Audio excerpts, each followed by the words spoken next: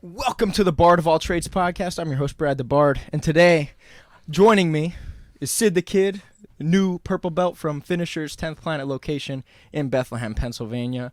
Make sure you guys follow him on Instagram and stuff, but also check out my sponsors. I have Valley Jiu-Jitsu out there. If you guys want 1 week of free Jiu-Jitsu at my home gym, check it out. Mention me, and you can get in there for a week for free, learn how to choke some people. Also, Hybrid Healer. You know about the Hybrid Healer because she goes to Finishers all the time to take care of them. So you should hit her up to take care of your gym. If you're in like the tri-state area, she does gym visits, and she'll take care of your team to keep you on the mats longer and make sure that you're healthy as well. And then finally, I got B&B Media, or that's not finally, I have one more after this, but B&B Media, if you guys need anything streamed or videoed or anything like that, hit me up. You know I'll take care of you. Absolutely. Oh, sure. I just filmed Sid killing some people at the last promotion that I had him at in front of my camera, and we made sure to collect some good footage. And, of course, finally, Vedinian. If you guys like some cool horror and amazing sci-fi action, make sure you check out adarklegacy.net. I need to make a script for this because I be forgetting stuff. And then my Patreon subscribers, Sam, giant shout out to Sam for being the big one out there. Nice. And that's it. We're going to start the show. Nice. What's up, Sid? Not much. Thank you for having me. Yo, dude, it's been a while since we've been kind of like speculating doing this, and I finally saw you get that purple belt. I'm like, all right, my man's at my level now. Like we're tied here. I got to have him on now. Yeah, so tell me a little bit about that, man. That's kind of like I saw the post. Like, I love following you 10th Planet guys because you guys are very warm to me, first of all. So I really like to follow you guys. You seem like some of the most, your gym specifically, like the Bethlehem spot. Maybe it's because Zach Edwards used to be my coach, and I always just kind of respected you guys for that reason. But you always seem to be very like it's a very tight niche group. Like you guys are it's the brotherhood aspect of things is real. We call it the Finishers family, you know, because like that's pretty much what we are. Yeah.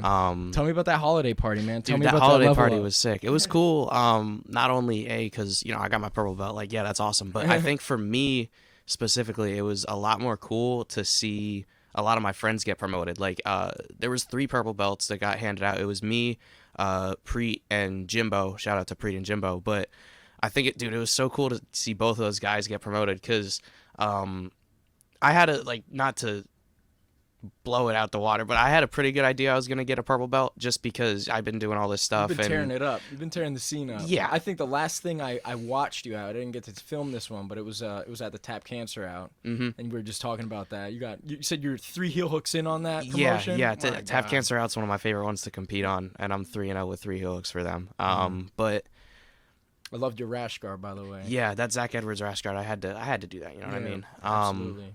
But yeah, like I got my purple belt. I had a pretty good feeling I was going to get it just because everything that went on during the past year or so of me competing and what I've been doing around the gym and stuff. But it was also cool because they gave me my purple belt, and then right after me was Preet, right? And I had Preet's been training close to as long as I've been training, but he's been a blue belt for about a year longer than me. And then I had a pretty good idea that he was going to get his too. Like Zach and Jam obviously didn't tell me anything. I knew a couple promotions that were going down. Yeah. But they didn't. Like obvious ones. It's like this is obviously going down. Right. Like Preet was going to get his purple belt, for sure. So then he got his, and we were all excited for him, right? And then me and Preet are sitting there at the table, and Zach. I don't know if we have a video of it somewhere. I'm sure we do. But Zach goes. He goes. We can't give Sid and Preet their purple belts without giving the 3rd member of their crew their purple belt. And me and Preet and Jimbo all looked at each other. We're like, oh! And then they gave it to Jimbo, and we were all excited because Jimbo he was out for a little bit dealing with some stuff. So he's been back training now, but he didn't think he was going to get his purple belt. Yeah. And seeing his reaction was so cool. And the 3 of us, man. Yeah, dude, the 3 of us been training together for ever, and they're 2 of my main training partners. So seeing that was awesome. And then a lot of guys got their black belts too, which was even cooler. Yeah. Tom Selamer, who was also on the show with A you. little bit of foreshadowing there. He's coming back. Oh, that's gonna be a good one. I'm gonna have to listen in Yeah. on that. But he got his black belt, which was real cool. And I again, that was another one. I'm like, dude, there's no way they don't give Tom his black belt. For real. Well, he was just tearing it up in Europe, man. Yeah, dude, out in Wales, winning. He's on Polaris and like Grapple Kings and whatnot, and just competing all the time. He just won a super fight on Saturday. Yeah, I saw his black belt did, debut. Yep, He won the black belt on debut. Triangle, Yep. which was sick. Yep. And he's really good. That's another one of my training partners. It was super cool to see that. And then Ross got his black belt. He does all the live streaming and stuff. One of our guys, Evan, got his black belt. Who else? I'm totally gonna forget somebody. And I'm gonna be mad It is who what was it? I don't know. Somebody else got their black belt. I don't know why I'm blanking so hard, but Put you on the spot, man. My bad. no, you're good. You're good. But dude, yeah, no, I think like it was real cool because I got my purple belt. And the gym family thing, like it was all the guys that I see all the time and I hang out with. And it was cool to just have that experience with everybody. I think that's why it was cool. Like they could have given me my purple belt like in after a class or something, had 10, 15, 20 people there, but to do promotions there when everyone's there, I think that's perfect on how to do it, because a lot of guys, you just get to share it with people, and I think that's one of my favorite things about training there is just the family thing, Yeah, for sure. Can I ask you, like, what do you think was the biggest hurdle or obstacle that you had to go through before, like, getting your purple belt? Like, did you ever go through a moment of, like, man, like, I don't even know, like, what I'm gonna do? Like, is like for me, like, I remember I had felt the need that I needed to win a competition at blue belt. Mm-hmm. Like I needed to tear through a bracket. Like I did that when I was a white belt, and then like shortly after that I got my blue belt. Right. And I was like, I need to do the same thing going into the next belt, and then I just like was losing after losing. Like it wasn't like I wasn't getting wins, but I wasn't getting the gold, which is like what I felt like I needed. Right. So I think that's definitely it was a huge thing for me, because I'd have great performances at tournaments and stuff, but then I'd lose. I always take second, which makes me mad. Oh yeah. Like, I should just join the B team or whatever. Yeah. But I think that was a huge thing. Was me like I think what really did it was when I won that Naga belt in December, because like. Before that, my last two tournaments were I was on Emerald City, which I dropped that super fight, which I shouldn't have. And then before that was the Finishers Open in earlier November. And then I beat the first two dudes, right? I beat a purple belt and a brown belt. And then I lost to DeAndre Corbet in the finals, who's a black belt. Yeah. And I'm like, because I'm competing at like that level, I'm gonna be dropping to these guys that are, they're supposed to be better than me, right? Yeah. Which I don't have a problem with losing those matches, but it sucks because I never win the tournaments. Like I'll go in and like I did the Grappling Industries one time, and my first two people that I fought was Rob Daggle and DeAndre, and I'm like, why? Like, come on, you know what I mean? Like I could do a blue belt division and then probably run through that, but there's like then I'm not getting better, right? So I fight the harder dudes, but on the other end of it, I lose the matches to these dudes that are really good. Like some of these guys have been training as long as I've been alive. Yeah, so like, for real. Well, dude, that's a really interesting thing that you're saying. Like you're going out of your way to do the advanced divisions, and you're not fighting gi. So like you're a specialist for no gi, and you know what I mean. And obviously we're seeing the leg lock game is very prominent in your repertoire. Mm-hmm. Something that is I find really interesting though is like you're saying like fighting at the blue belt level is gonna hold you back. But for sure. Yeah, like tell me a little bit more about that. So like when I compete, obviously I'm gonna go out and I'm gonna do everything in my power to win the match. But when I'm like the goal right now for me, specifically how I think about it is to get better, right? I don't have to be number one in the world right now. I'm 17. Yeah. I just got a purple belt.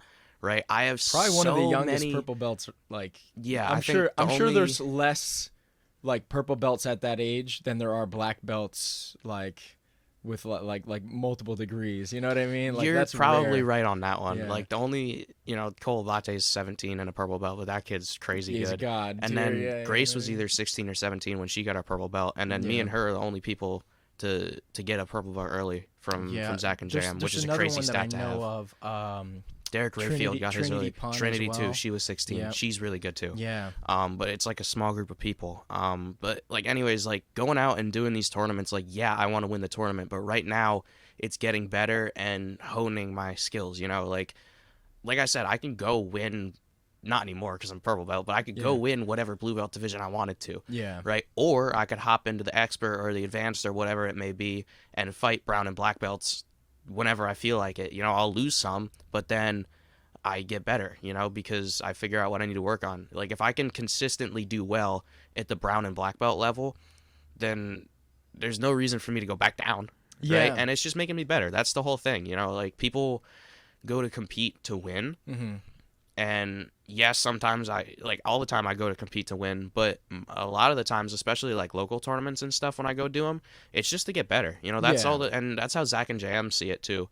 Like Zach, he tells us to the kids all the time, like when we go compete, he doesn't really care how we do, right? Like if we win, great. If we take second, great, whatever.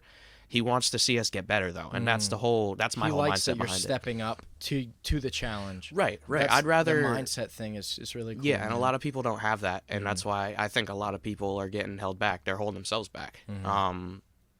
Like I said, I don't mind if I go and lose to a black belt that's been training for 20 years. I'm not even 20 years old yet. I don't even, it's bound to happen. But then I fight guys that are brown black belts and I beat them and it's cool, So I just enjoy doing it. I compete for me. I don't compete for anybody else. Yeah, I don't do it to prove that I'm good at jiu-jitsu. Like if you know, then you know.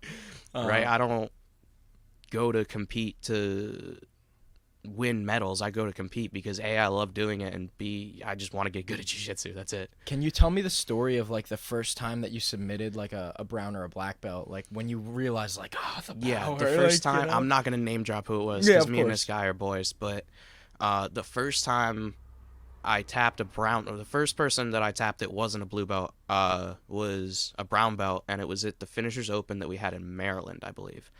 It was my second time competing as an adult. I was 15, and I did that day, dude. That was one of my most legendary performances, I think. That day, I did. I was probably walking around like 137, and I did 145 and 155 because I told one of my friends it was his first time competing, and he was in 55 or 35 white blue, and I told him I wouldn't do it so that way he could go out and not have to fight me in the bracket because I've been training way longer than him. So I did 45 in the purple, brown, black division, and then I did 55 in the white, blue. Right. So I took second in that 45 purple, brown, black. The first person I beat was a brown belt, and I heel hooked him. And I remember I thought it was real funny though. The moment I realized it was after the match. Right, like I won the match. I'm like, oh, that was pretty cool. And then JM came up to me and he told me, he's like, yo, this dude just came up to me and he's seen you heel hook this guy. And the guy was all like, yo, that Sid kid is so good. He just tapped a brown belt and he's a blue belt. And JM goes, yeah, no shit, he trains with us. And I was like, hey, you know what I mean? That's awesome. But it was crazy because I was 15. You know what I mean? I just got my blue belt not that long ago. I can like hear JM saying that shit. Yeah, that's a JM line.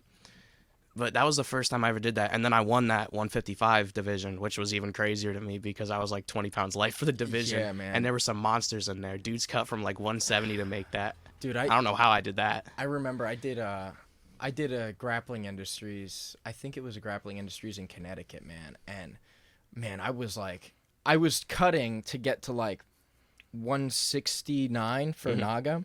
So I was like walking around like 173. And it was like a last minute thing. Like, it was when I was on like the bus tour. It was in New York. I was with the Ultimate Athletics guys with Pin to Win. And they're like, yo, we're going to Connecticut this weekend if you want to come. And I'm like, oh, I don't know. And they're like, come on. I'm like, oh, all right. When you put it like that, I gotta do it. So, dude, I showed up and the bracket that I had to do was 185. So it's like, it's 10 pounds matters to me. Like I was it was a rough ordeal for me because like first of all like These I wasn't like I was living in the bus, like I'm like malnourished, you know what I mean? So I'm like not in the mood, but it's like when a challenge comes to you know what I mean? There's two kinds of guys, you know what I mean? There's doers and there's fucking sayers. Right. So I did it, and dude, like I lost every match of the day, but it was the first time I had done I said fuck it, and I said I want to do the advanced division because I had never done an advanced division to that point. But I didn't get subbed at all, which was kind of my goal, right? Like I was like, there's no way I'm gonna win by points against like a bunch of these like black belt dudes because there was like some black hole guys there in my bracket. Them guys are good. I'm gonna get dumped on, dude. Like, but I was like, can I survive without getting submitted? And the whole day I didn't, which was a small win for me, but a lot of Yeah. people think That's that like that's that's what I'm yeah. saying though. Like it's those little things. Like you can go out and I just work on stuff, you know what I mean? Like Yeah. if I'm trying I was doing an some entry experimental bullshit for sure. right, that's what I'm saying. Like you didn't get tapped. That's a win. You know, not Yeah. get like you were blue belt I was a blue and you're belt at fighting the black time. belts and you're not And getting tapped. they were the weight class above me, but you're Right, telling me the that's a story of big like you thing. win it. I'm That's a like, big damn, I thing. gotta do it. I have That's to a big prove thing. it. Yeah. It's different though, like in the smaller weights. Like the different like 10 pounds between 175 and 185 is huge, but the difference between 45 and 55 is like this. Yeah. Right? Like I walk around 150, I fight at 55 or 45 or whatever comes up. Yeah. But I don't feel weak in the 55 division, and I feel real strong in 45. So Yeah. I can just do whatever I feel like, pretty Yeah. much. But yeah, dude, that tournament was crazy. I had 7 matches that day. I went 6-1. I lost to Just in that advanced division is the only time you lost. I lost in in the the finals to Dylan Garofalo. Oh, Who that dude's pretty he good. is stupid strong. Like he was 145, so he was probably 10 pounds heavier than me. But like he felt way stronger than me, and I was like, I don't know about that one. Like he got me with a toe hold because I don't know why I went for a leg lock on him, but I attacked 50-50, and I had this heel hook and I was ripping it, and he just looked at me and then ripped my foot, and then I was like, all right, Damn. like the I top, probably the defending foot he got. yeah, it? I had my feet crossed this way, and he got my right foot. He went over the top. Yeah, because he was trying to heel hook this, but he couldn't separate my legs, so he just went after the one toe hold. And like honestly, in hindsight, I could have let that go, but I had the whole other division to do, so I could have Yeah. either let my foot go and maybe got him, or not let my foot go, and then I just won the whole other division. So I was like, all right, whatever. Yeah. But no, that was a good day. 7 matches, dude, and 6-1 was wild. Man, it seems like you've had like a very powerful journey, and it's like the crew you're running with is, you know, That's why. Like, it's not definitely me. It's not me. Like, yeah, me being good at jiu-jitsu and training all the time helps, but like it's really the training environment. Like if you look at the guys that we have, you can tell that it's not just one person. Yeah. Right? Like if you like, obviously Grace and Thor are probably our 2 top guys just because of the level they're competing at. Like Thor's number 4 in the world and Grace is number 2. Right? But it's because of people like that, right? It's Yeah. not like there's one, like some gyms have that they're one guy, Yeah. but then not really anybody else. Yeah. And You got we're not tons like of that. We talent got in a there. lot of guys that are really good, and a lot of those guys we haven't even seen yet. So Yeah. it's cool. It's the training environment really, and it's the stuff that Zach and JM do for us, right? That's what it is. That's sick. So how long have you been training? I'm coming up on 6 years now. Oh wow, so you Yeah, actually it hasn't been. yeah. It's been a minute, but I don't also know why not I really. felt like you've been training like 10 years and you went through like the kid belts, but you've Mm-mm. actually been training like how long? Basically, I have actually. Yeah, so like I think one reason people think I've been training forever is because they grew up with, or I grew up with them. Mhm. Like guys, I've known a lot of these guys since I was like 11, and now like if you look at pictures, yeah, you don't even look like me. Yeah. I'm like this tiny little 11-year-old chunky little Yeah. kid. Were you taking it until seriously now. like right out the gate? Yeah, and like I'd been doing martial arts beforehand. Total martial arts is I'm 17, so 12 years, because I started karate when I was like 5. Mhm. But I think the reason I took that seriously is because of the karate I did beforehand. Like they would drill the discipline and the respect and the perseverance and Yeah. all, like people like that's one thing that's really stuck with me is all the like the not the technique, because like obviously I'm not kicking nobody in their head. Yeah. But like Yeah. the values and stuff that I learned from karate beforehand has stuck with me. Like if you, not to toot my own horn, but if you ask the dudes that I train with, like they'll be like, yeah, Sid's here all the time. Like I train 6-7 days a week and I'm lifting and doing all this stuff because of that's how I learned. You know what I mean? Yeah. That's how, and my parents too. Like my dad's always been not hard on me, but like he expects more of me. Yeah, of Right? course, of Like with course. whatever I'm doing, school, training, stuff around the house. And I think that's one reason why I've kind of gotten where I'm at, is because of the work ethic that I've learned. Mhm. And just like, yeah, it's just been drilled into my head. Like I'll just hear my karate instructor or my dad or whoever in the back of my head when I'm like not doing what I should be doing. I'm like, I should probably get my weather together. You know what I mean? Yeah. But yeah, like I've grown up pretty much on the mats, you know, training 11 to 17 has been 6 years now, and I got to grow up with a lot of these guys. So everyone's like, yeah, Sid's been training since 1996, but I wasn't even born. Yeah. So I think funny. that's why people think I've been training a while. That's funny. Yeah, man, yeah. that's crazy to think about, man. It hasn't been that long. Like everyone, Yeah. I don't think everyone expects me to be at the top of the world right now, but yeah. they kind of do because they think it's been forever, but it hasn't. What do you think like sets you apart, like as far as like so you teach a kids class, right? Mhm. Like we were just discussing this a little bit, but do you think like some people, like I've discussed this with for maybe some other sports and even jiu-jitsu, Dave I think was one that even expressed this, but he said like teaching tends to take away from the time and the focus that he can put into his own training and stuff like that. Do you feel like the same way, or do you feel like there's time and you have the mental capacity to kind of handle it all? So I don't think that, like, I know I understand where Dave's coming from, but I completely disagree with him. Yeah. I think the teaching makes me better, right? So Yeah. the way I think about it, right, and the teaching doesn't take away from any of my training time because it's my kids' class, and then either right from there I go lift and then train after, or it's my kids' class and then Zach teaches an advanced kids class every other day. And then same thing, I just go train and lift after. So it's not really taking any time away from me training and stuff. And I think that the teaching classes makes me better, whether it's kids or adults or whatever, right? So the way I look at it, right, to be able to teach a move to somebody that doesn't understand it, you have to have such a good understanding of how the technique is that you just got to be really good at it, right? Like if I tried to teach a triangle to someone who's never done jiu-jitsu before, I have to be able to explain the triangle so well that someone who doesn't get it gets it, right? And like that's how I think about it with the kids, right? They're little kids, you know, 5, 6, 7, 8 is pretty much my age range, all the way up to like, and then Zach's class goes up to like 11, 12. You know, no disrespect to little kids, but little kids aren't that smart. Yeah, right? For sure. Because they haven't figured it out no yet. Disrespect to little kids. Like, but if I can get a little 5-year-old kid to understand how a shrimp works or how a triangle works or a pass, like that just makes my understanding of it better, right? Because if I can teach it, then I can probably hit it too. Yeah. Right. That's how I think about it.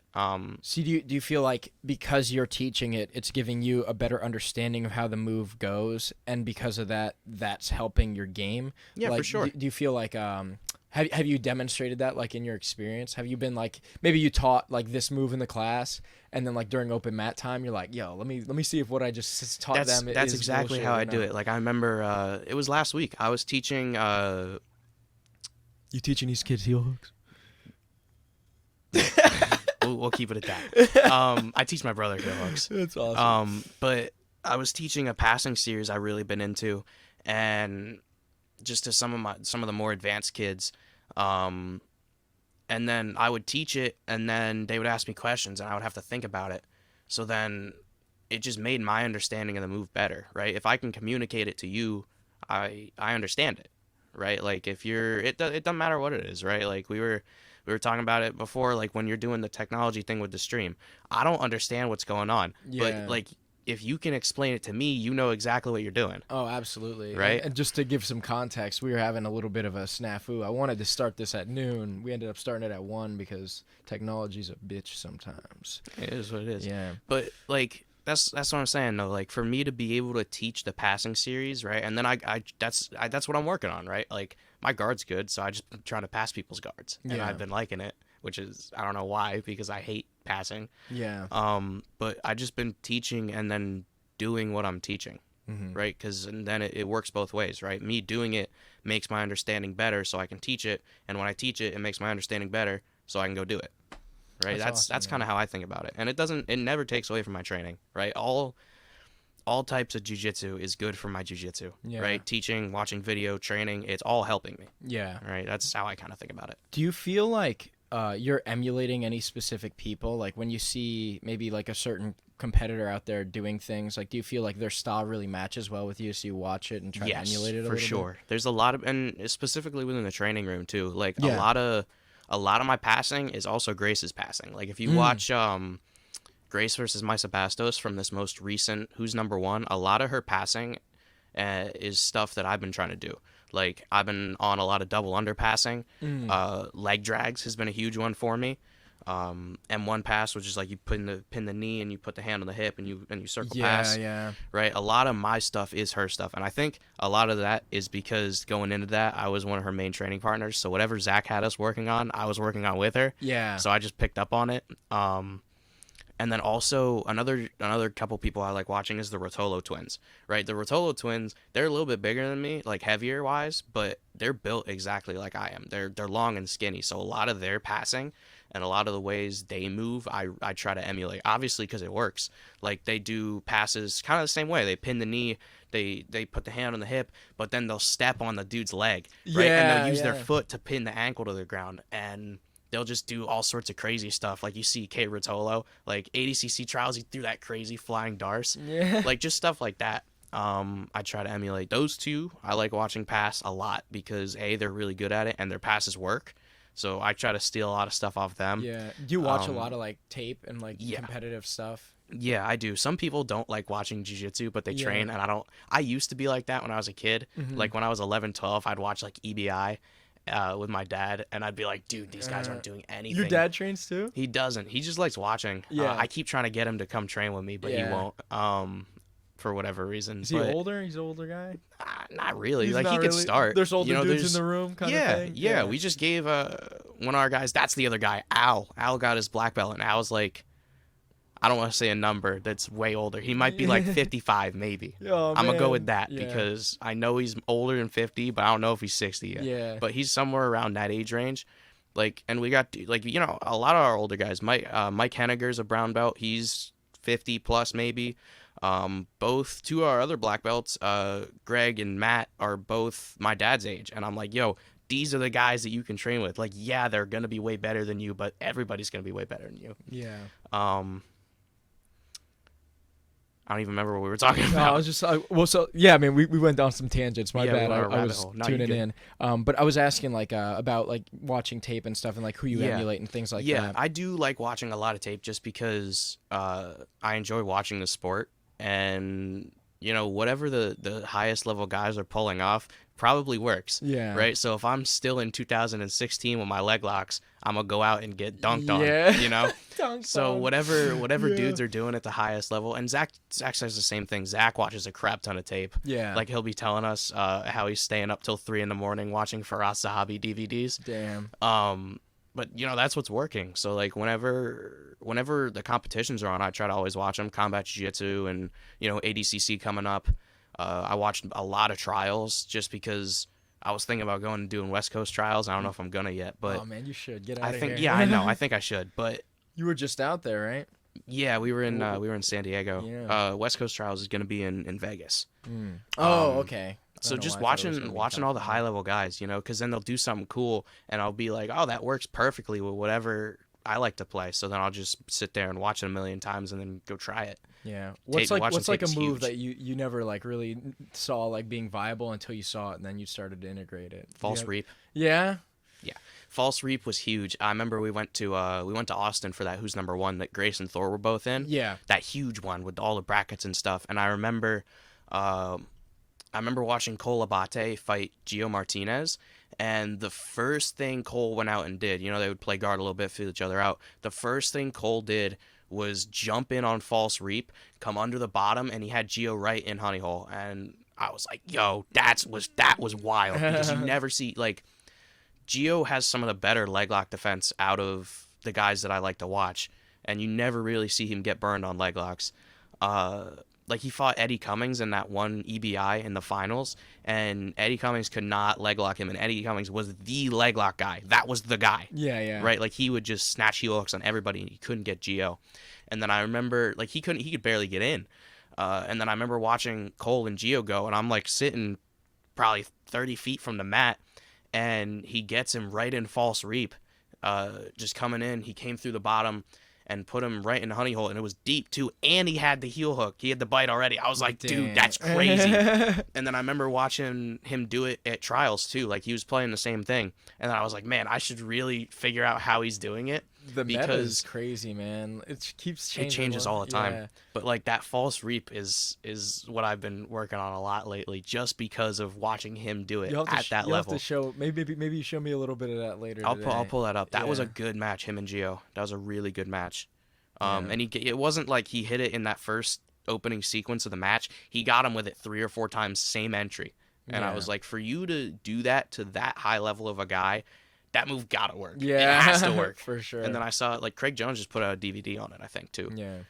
So I'm probably gonna pick that up just because that's what I've been working on. Yeah, that's sick. But Well, speaking of DVDs and studying tape, you guys were just out in you said San Diego filming some shenanigans with Zach. Yep. You were the Uke? For a lot of it. So like we went out. We were filming for Jiujitsu X, which is kind of like BJJ Fanatics, which we also have DVDs on, and y'all should probably go check that out. But Jiu-Jitsu X is another one. Thor just did a DVD for them. So then we went out, and it was me, Grace, Zach, and Jam. It was just the 4 of us. Saturday, it was a short little trip. We were gone Friday. We got back yesterday. We did Grace's videos on Saturday, and she did Zach and Jam as the uke for that one. Just because, like, I don't know if you know Grace, but she don't talk that much. So to have a whole DVD and just her was like, I don't even know how we're gonna do this. So they were the ones for that, and then we did like I was on that DVD too. Like we ran through a lot of the techniques that she showed, just in full speed. So I would just have Grace hit moves full speed on me, and then so all like they do like the talking portion where they describe the move, and then you were the guy that just felt wrath. yeah. Grace is nice with it though, so Yeah. like she'd have me in all the submissions and stuff, and then I did all the pictures and stuff with her, like of just like the individual techniques and stuff for the promos and whatnot. Yeah. And then Sunday we did Zach and JM's DVD, and then me and Grace went half and half on that one. So I did like, I think they're called courses, they call them. I think each course is probably 20 techniques maybe. So Grace and I each did like 10. Yeah. For both, and we cranked that out real quick. Like 2 DVDs was like 4 hours done. Yeah. That's sick, man. And I'm not gonna say what we did because you gotta go buy the DVDs to see that. But, yeah. Can you give me the categories? What were they? So people know what they're looking Grace's for. one is I don't know what we're gonna title it. I have no idea. But Grace's one was a lot of techniques that she uses in competition. So if you watch Grace's matches and then watch the DVD, you'll see the correlation there.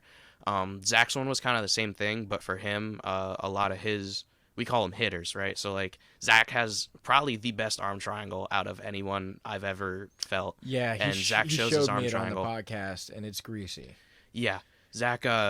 Funny story. Zach actually put me to sleep while demoing the that arm triangle once. Like, not in San Diego. No, that would have been rough. On camera. He taught a seminar in the Bronx. Well, we were still on camera. It's on. Yeah. We had it on video.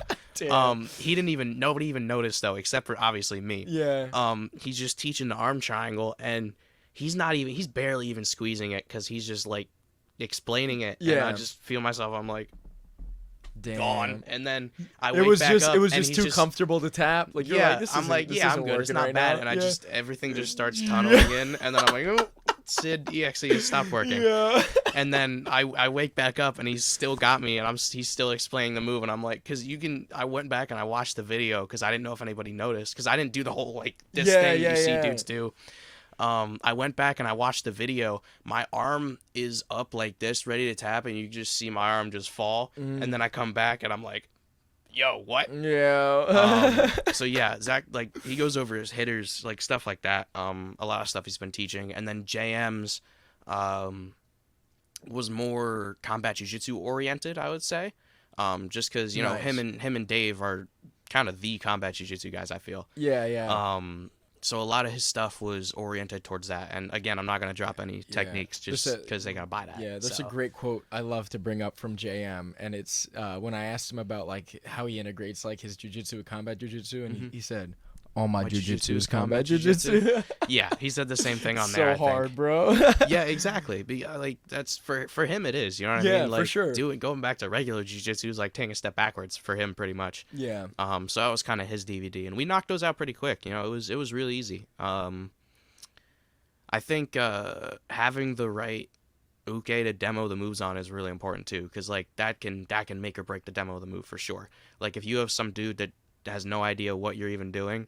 Like, no disrespect to Jiu-Jitsu X, but they were gonna have somebody be the Uke for Zach and JM, and Zach was like, no, we got our guy. Yeah. We're bringing Sid with us. And I think, like, them obviously know the techniques in and out, like the back of their hand, but like I know what they're doing and I know how to give the right reaction. So then it looks pretty good. I feel better like on it camera, looks better. Of course, yes. of course. It makes a lot of sense. Yeah, especially because I've been training with these guys forever and I know how they roll. Yeah, like, I've filmed some instructionals, and it's definitely like the guy giving the instructional. In my experience, is pretty careful about who he chooses to be the Uke. Like, oh, for sure. Like, imagine using a guy you never rolled with before. Right. As your like Uke that's what I'm saying. I've been it's- training with Zach and JM and Grace since I was 11. You know, me and Grace been pretty much.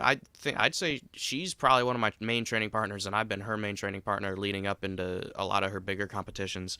So like me and Grace know exactly how each other rolls and feels. You know what I mean? Like 100%. I can tell exactly what she needs me to do to make the move look really good. Yeah. And same thing with Zach and Jam. They've been using me to demo technique since I was a kid. So like I remember the one time we were doing, JM was teaching one of the warm-ups. He was teaching the one with deep half in it. And so you shoot under for the deep half and then you roll back the other way so you can get up and pull him into a leg drag. That's warm-ups H3 if I'm correct, so y'all can look at that on our warm-ups DVD. How about that? Cross promo. But I remember because he specifically told me, he's like, Sid, do not let me come out the bottom and take your back, right? So the first go, he didn't tell me that the first go, right? So he comes out and takes my back, right? The second demo, he's like, all right, so this time I want you to sit your weight down and don't let me come out the bottom and take my back. I did what I thought was the right reaction. I sat down. He still came out the bottom. He got up and he just boom, smacked me right upside my head. He's like, I told you not to let me come out the back. And I was like, oh, okay, I got you. The third time we go, I do the right thing. He sits down. He gets up on top with the leg drag, and then he just keeps teaching the move. And everyone watching was like it sounded way hard. Like it sounded like he smacked like a steak or something. Yeah. But he didn't even hit me that hard. He just caught me on the right angle. He didn't even hit me that hard. Yeah. And everyone was like, It was just like one of those things, like, dude, everyone was mad confused. like when you hit a metal pipe or something and it just goes dong. It's like, Yeah, nah, I it didn't even hurt. hit it that hard. Yeah. Yeah, but like that's one of my earliest recollections of being the demo guy, Yeah. and then I've kind of figured out how to do it. I think, dude, I just have from vague, that. I have vague recollection, and I think it was you, man. It was the first time I ever went to 10th Planet Bethlehem. It was like the Redner's location, the old one. Mhm. And dude, like I went to like a holiday open mat, and I think it was you and Zach rolling.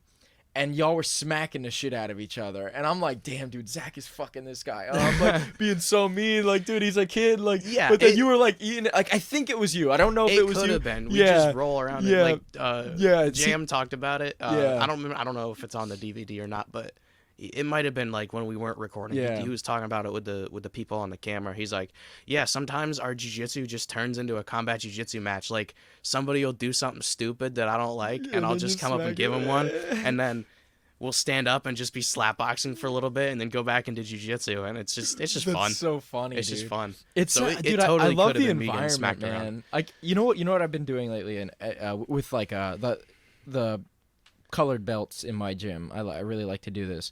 We'll put like gloves on and we'll like strike at like 20-30%, but we'll roll at like 100. Yeah. Just to like the cardio involved Yeah, when dude, they're those are so striking. much It's fun. dude, it's Those are such so much a game fun. changer. I love the doing adrenaline's like pumping and shit. I love dude. doing It's the so combat good. jiu-jitsu rounds. Like, Yeah. people that I don't know, we're a little bit crazy, I guess, Yeah. because like You need all to the be, jiu-jitsu man. guys are crazy. Yeah, like, dude. we just like fighting each other. Like, Yeah. what? Yeah, dude. But Like, for fun, like, we try to especially- murder each other. Yeah, dude. It's Especially nothing- with like the combat jiu-jitsu, like, and the dudes that I'm training with, like Dave and JM. I don't want to sit on, like, you seen what Dave did to that dude at combat jiu-jitsu? He TKO'd him. Yeah. I don't want to sit bottom Z guard and just get my head blasted in by Dave. So like, I gotta sure. like actually fight him. Same what- thing with JM. Yeah. Like, JM will just sit in your full guard and just beat the brakes off you Yo, for sure. until you do something. Yeah. But Dude, I like, remember that's good, though. I rolled with Dave when I went after the podcast with him. Mhm.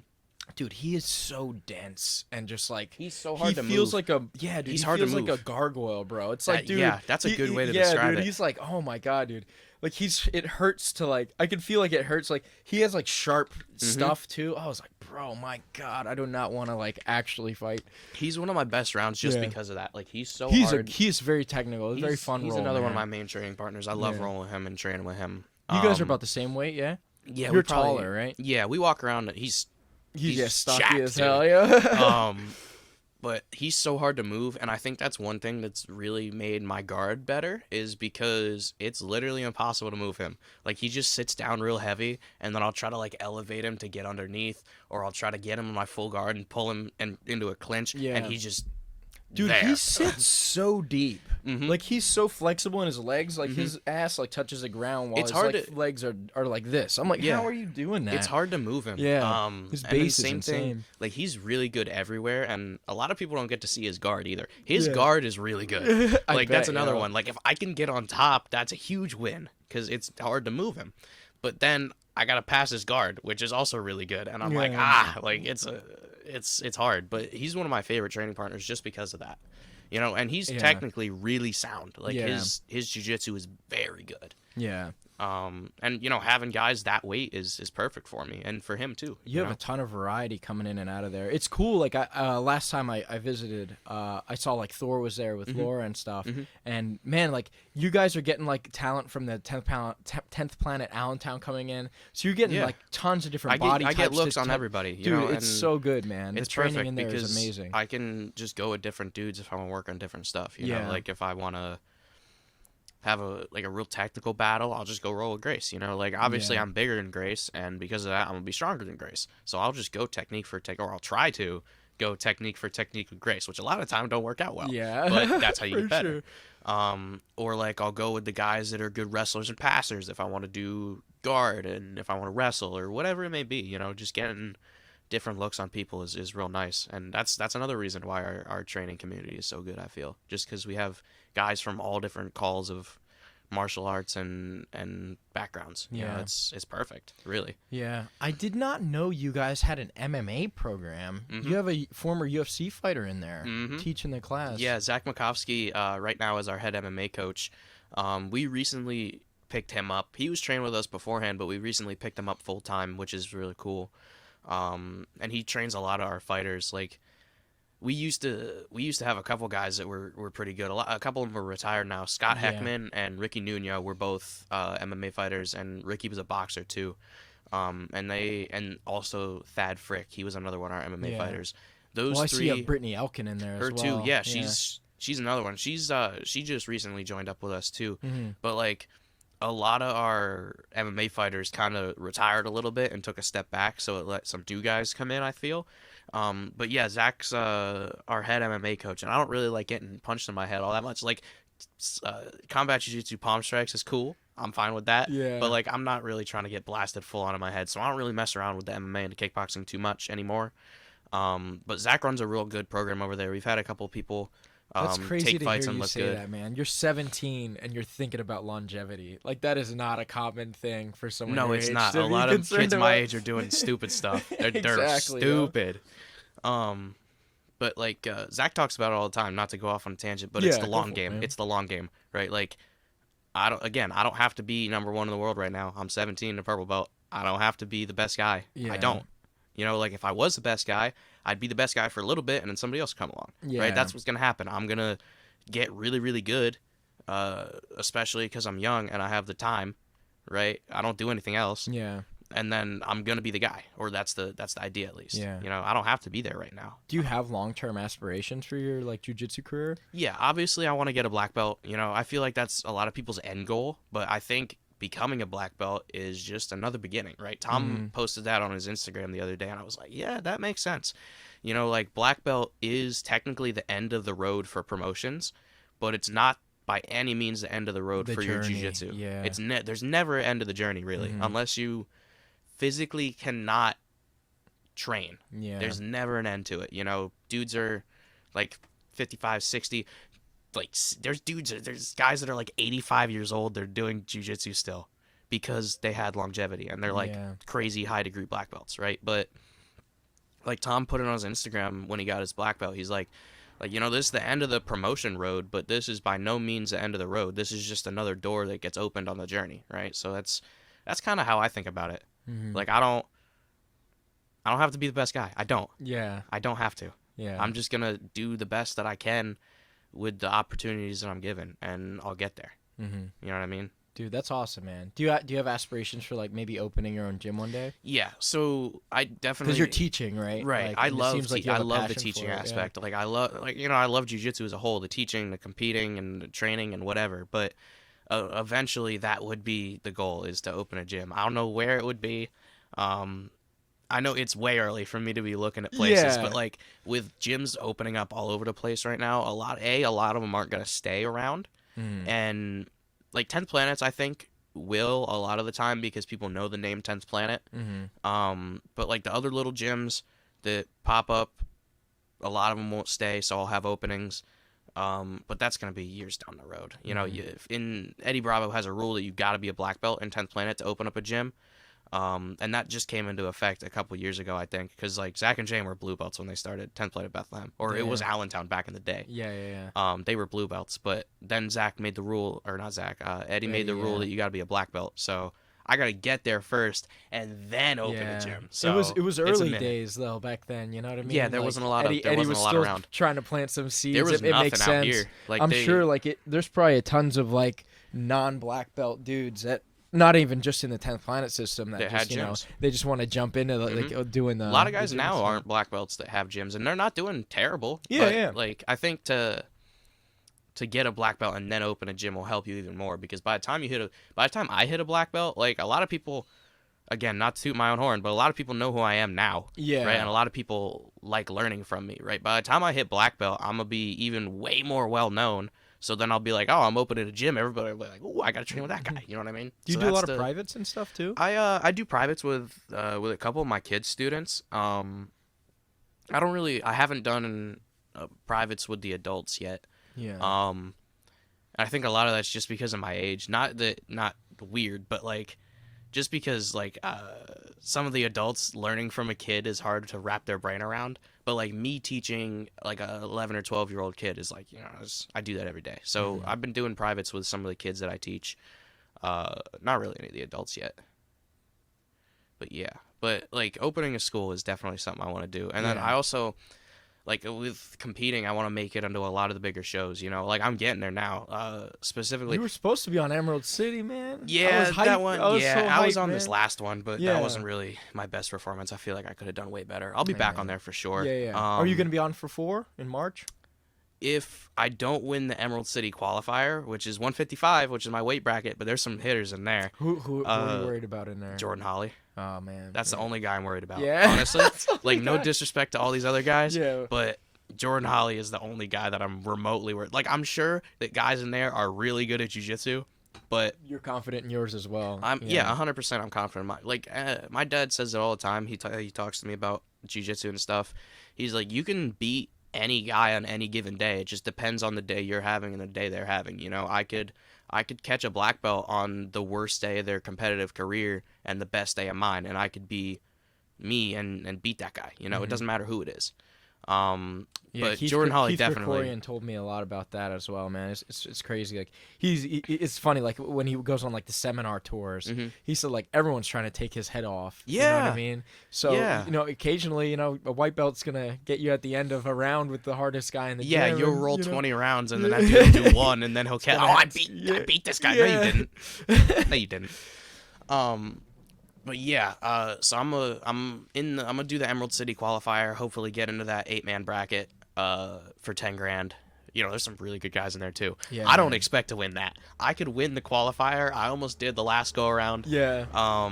I could win. You were doing really good, man. Yeah, I ran into Jeff Mock in the semis. Yeah, and he's one of our black belts. Yeah, he was good. In the. And then if I ended up beating him, I would have had to fight Daigle in the final. Yeah. So I could have won that bracket.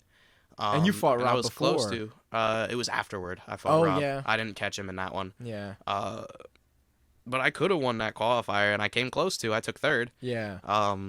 So I could win this qualifier and get into that bracket, but then I'm gonna have to fight like Gianni Grippo first round. Yeah, exactly, yo. That was awesome, man. I remember we were there with the camera crew for B&B getting like some B-roll for that. And man, dude, like I remember seeing you beforehand, and you had the headphones in. Yeah, you're just tuned in. I'm like, yep, this guy's about to fuck some shit up. Yeah, dude. that last Emerald City was not my best performance by any means. It but is what Sam, it is, man. like I look good, but Sam said he'd have me back on. So if I don't win this qualifier, I'll get to talking with him about a super fight. It's funny. I asked he Sam likes about the you. He's like, that oh, he's go a out stud. and fight jiu-jitsu. He likes the guys that put on a show. You know? Of course, everyone does. It's not just him. Yeah. Right, and then this coming up weekend, I'm on Finishers Sub Only Night of Champions. I'm in the 155 bracket. Oh, nice. I think they were trying to get my coach Andrew in there. He is. He's in 170. Okay, yeah. I heard like the Mike Villanueva is in my bracket too. Oh, dude, he'll probably be on the other side from me. Damn, all right. I was gonna say I want to see that match. It's me, him. I'm surprised it hasn't happened yet. It's me, him, DeAndre Corbet again, and then one other guy that I'm not sure who it. It's between one or two guys. Zach hasn't confirmed yet, and I'm not gonna say who that is because he hasn't announced it. Yeah. Fair enough. But that should be a good bracket. You know, we got a whole event going on. The morning of it's Saturday morning, we're running kids open divisions. Saturday night is that pro show. We're running a lot of brackets. I think we're doing men's 35, 45, 55, 70, 85, 205, and heavyweight, plus women's 125, 135. So that's like 9 divisions that we're running. Yeah. And then the winner gets the belt and title of Finishers World Champion. That's sick. So it'll be a good night. And then Sunday is the open for the men and the women, right? So it's gonna be a long ass weekend. Yeah, it's a 2-day event, and I'm gonna be there for all of it. That's awesome. So man. Tell me about a little bit about like the Finishers event. So I've never done a Finishers event, and I personally really like sub only rule sets. Yeah. And it's crazy that I haven't done one. Like I've only ever done one, and I won it. And it was no time limit sub only. But I really like the EBIOT stuff because part of it's because I film a ton of that. Like that's what I tend to be filming whenever I get hired out to do these things. But yeah, man, like tell me about like what is it like for like a normal person to get involved with like a Finishers event? So for me, it's pretty cool, mostly because you're in there, you know what I mean? Right, I'm in there. Yeah. It's at my gym, so the that's environment is really cool. I think compared to other local tournaments, it's my favorite, not only because it's our promotion and my home turf, but because of the vibe in there, right? And that's another, like, the vibe is a huge thing, training, competing, whatever, right? When you go in and compete at Finishers, we'll have it at our gym. There's usually 2 mats, right? The open, we run 2 mats, one on mat 1, and then mat 2 is in the back. So we'll run 2 mats. That mat 1, we section off a little area, and then we'll have like the tables, and then there's a huge space where people watch.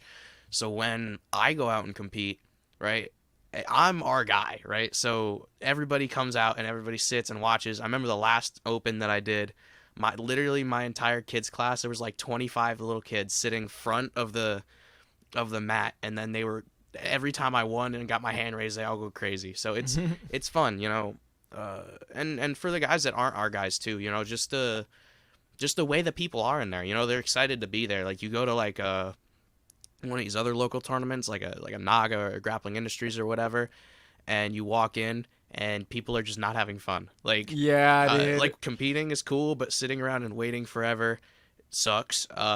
When you're there, when the kids are around, the parents, dude, the parents of some of these kids are absolute nightmares. I got a story, bro. Like that Connecticut thing that I did, the Grappling Industries. So first of all, it was like 100 degrees in that building. That's another thing. It was, and I was doing that. a gi division. I hate that. Oh my god, bro, nightmare shit. But there was I went and you got to take your pre-comp poop.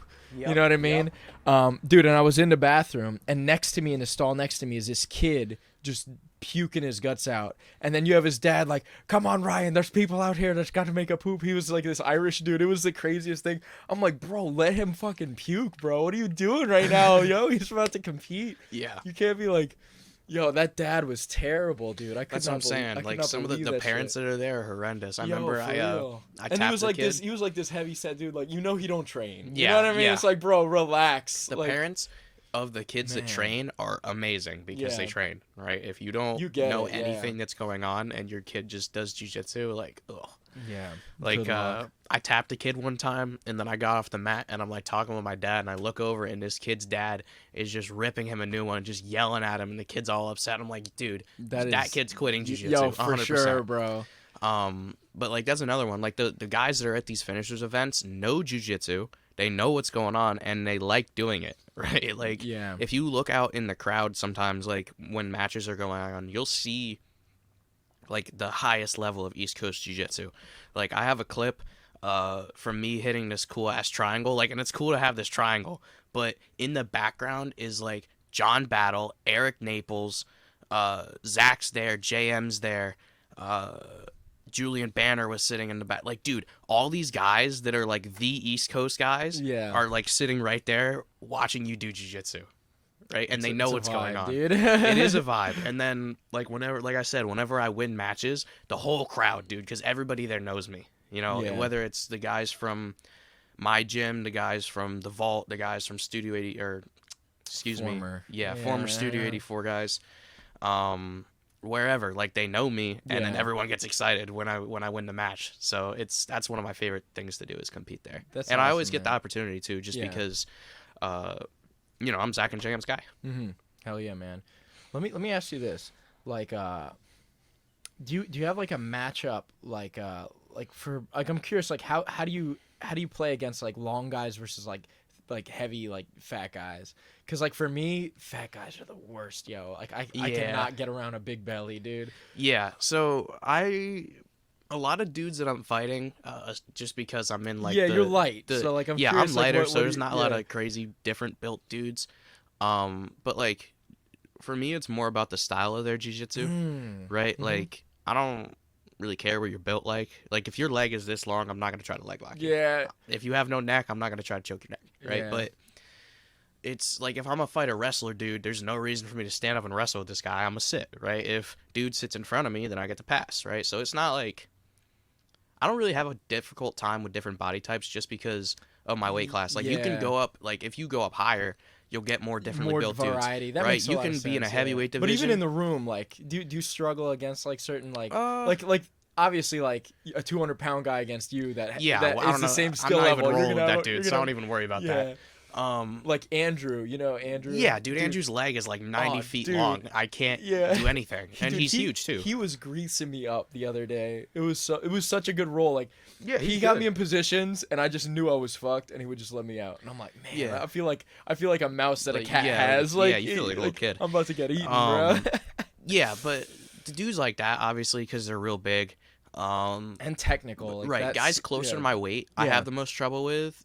Dave Weintraub is one of them. Yeah, like I said, that's good for me though. You know, like him being so hard to move and get into positions. Yeah, like if I can get him in a spot, I'm gonna go get this dude in competition like that. Yeah, for real. You know, like he's so good at defending what I'm throwing. Like he's probably one of my harder guys to deal with. Yeah, and then people that are smaller than me. Right? Yeah, like you really don't tiny. Right. Like you wouldn't think about it. Exactly. You wouldn't think about it like that. But like when I roll with Grace, dude, that's one of the toughest rounds. Not only is she number 2 in the world, not only is she a black belt, but not only is she good at jiu-jitsu, but I can't find anything. Like I'll go to I'll get it on a leg entanglement. I'll go back to find a heel hook, and her heel just disappears. It's not even there. She just goes like this with her foot. And then I'm looking. I'm like, where is that? Where did it go? It's like just. Or like so I'll throw an arm bar, and just because of the difference between me and Grace, like the size difference. Yeah. Like, if you put me in an arm bar, you got my whole arm is long. Grace's arm is like guy, that. Yeah. I'm on like Grace's elbow, and she'll just go like this and be out of arm bar. Like, just an inch. Dude.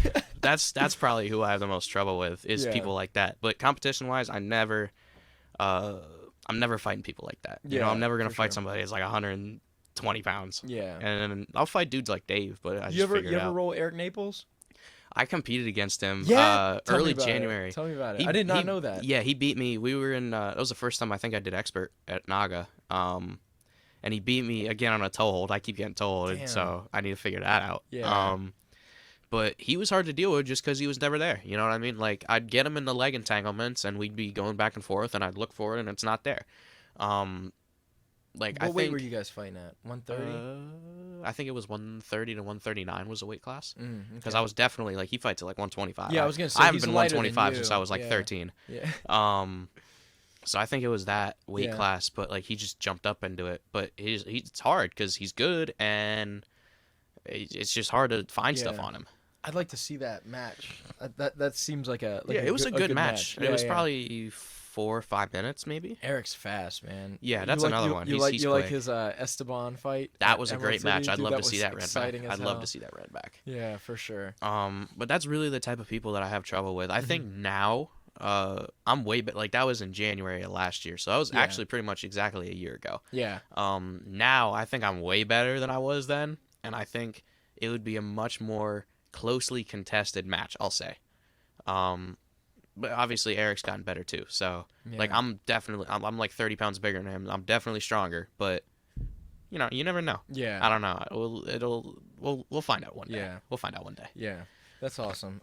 So I'm curious about some things. Like, so you're in a pretty unique spot among your peers, like at school. So like, do you go to like public school and stuff? No, I do online school. You do I'm online at home school. all day. Okay. Like that's why obviously I was able to make the trip this morning. Okay, that makes sense. That right, makes sense. so Yeah. I can just pack up and Yeah. go places pretty much. Yeah, that's interesting, man. Like so, I said, I like, do how school does that sometimes. work? Like, I'm curious, like with COVID and context and stuff. So I've been online since before COVID hit. Like that, like a homeschool kind of thing. Yeah, basically? so like it's just online. Like I have teachers and stuff. All my assignments are given to me on Monday, right? And I just have to turn everything in by Sunday at midnight. So it's real easy. Like if I want to wake up Monday morning 8 a.m. and just crank out mad assignments and then just get through the rest of it through the week, I can kind of arrange my schedule however I want.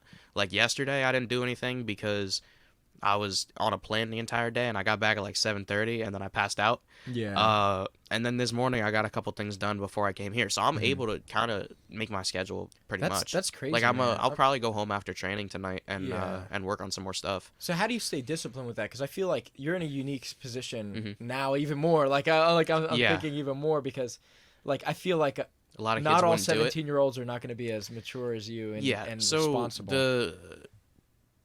Well, I mean, like, I have to do it, right? Right now, I'm on a kind of an accelerated program, I guess you'd call it. So, I'm 17. The rest of the kids, like, when I went to public school, those kids are graduating, technically, like, class of 2023 is them. I'm graduating high school at the end of this semester. So, June 4th, I will officially be a high school graduate at 17 years old. And then I'm going to go to college and stuff. Because right now I'm doing dual enrollment classes, so all my classes are college classes. They're counting, yeah. Right, so I have college credits and high school, so I'm going to get to graduate and have a year of college done when I graduate. So Man, that's crazy. You're not a normal kid. No, at all. definitely like by not. any stretch. Like I Definitely thought, not. like, oh, this is No. just like a really gifted like dude. No. But no, like you're No. actually cut from a different cloth. I think. yeah, a little bit. Yeah. So what do you want to study in college? I'm going to do business because Oh, the idea is to open the jiu-jitsu gym. By the time I'm a black belt, I'm pretty sure I'll have the jiu-jitsu side of it done. Yeah. I'll be pretty good. Maybe. Yeah. But then's the business side, because that's like I can teach the hell out of a jiu-jitsu class, but if I don't know how to run a business, I'm a tank. Yeah, you're gonna struggle So a little bit. that's what the plan is right now. But yeah, like staying disciplined with it, I don't find hard because, this is my second year doing it now. Right? Third, I don't even know. But like going back to like I was saying before, like when I was little, like my dad would just drill it into my head that I need to get done when I need to get done. Same thing when I was doing karate, like with the discipline thing, right? I don't find it difficult, because like I don't like school by any means. Like Yeah. I don't think any kid, like if you like school, you're weird, Yeah. right? But I don't, like I have to do it. I have to get it done. It's something that is gonna benefit me in the long run, right? Maybe I don't like it now. Right, Yeah. but in the long scope of things, right, it's gonna benefit me more than if I end up not doing it, right, and especially because I can create my own schedule, I can just train and lift and do all this stuff and go out to San Diego for 4 days, and I can do this because I'm Yeah. online, right, and the deal is between me and my parents that as long as I maintain the grades and I'm doing my best in school, then I can still keep doing this, right, like. Yeah. That makes sense. Like it's a agreement between the two of us, right? Yeah. Like if I'm pulling like C's and D's, I'm not going to San Diego for a weekend. Yeah, for sure. Right? I'm going to work on the school. But because I'm doing well in school and because they know I'm working hard, then I'm allowed to do all this stuff. Yeah. So it's a back and forth. It seems like a pretty like strong like family dynamic. So that's Yes. awesome. I'm happy to hear that. Man. Yeah, and That's like really cool. a lot of the people that are really good at jiu-jitsu are like me, right? Yeah. Like Grace, obviously Grace had been doing the homeschool stuff, and now she's in college more. Now in person. What But is she studying? dude, I have no idea. She Probably tried to like- explain it to me, and I was like, Yeah. go mad. But like she was another one. I know like a lot of the art of jiu-jitsu kids, like b.o.a.t and their whole crew over there. They have like I follow a bunch of them on Instagram. They have like a specific block of their day where they all go in, or how I understand it, they all go in. They have like somebody that just teaches them, and then they train like 4 times a day, or 3 times a day, or whatever. But it's because of that schedule that allows them to do it. Yeah. Right, and that's one reason why I decided to do it. Like 8th grade was my last year in the public school system, and then I decided that I was going to go online because what was of your jiu-jitsu. jujitsu level around that time? You were a white belt at Yeah, that time. yeah. So 8th grade, I was 14, 13 maybe. Yeah. So I was still white belt. I got my blue when I was 15. And I was in online school by then. But 8th grade was my last year of public school. And then I made the decision to go online so I could do this jiu-jitsu thing, right? Yeah, This is what I want to do. Yeah. Because I'm online, I have the opportunities. Like, if I was going to high school, I wouldn't be able to teach kids class, Yeah. right? I would not be able to get to the gym by 4 p.m., right? I'm at the gym at like 3:30, 3:45 every day because of this online thing, right? If I was going to public school, I wouldn't be training until the deep hours. I wouldn't get to Yeah. get my lift. I wouldn't get to, whatever it is. I wouldn't get to go to all this stuff I get to do is because I can make my own schedule. So how did your parents like keep jujitsu and the martial arts end of things like fun for you? Like obviously it's fun for a little boy, right? Yeah. But like how did they make you pick that over like, PlayStation? I picked it. I didn't Yeah? really. Yeah, I didn't. They didn't put me into it at all. I decided I wanted to try it. How? I'm curious. Dude, it's a stupid story. No, The it's way not, I dude. remember it, and it could be completely wrong because I was like 5. Yeah. But the way I remember it is I brought home a library book from school. I don't remember what book it was, but inside the book was a bookmark, and on the bookmark was the advertisement for the karate school that I started at.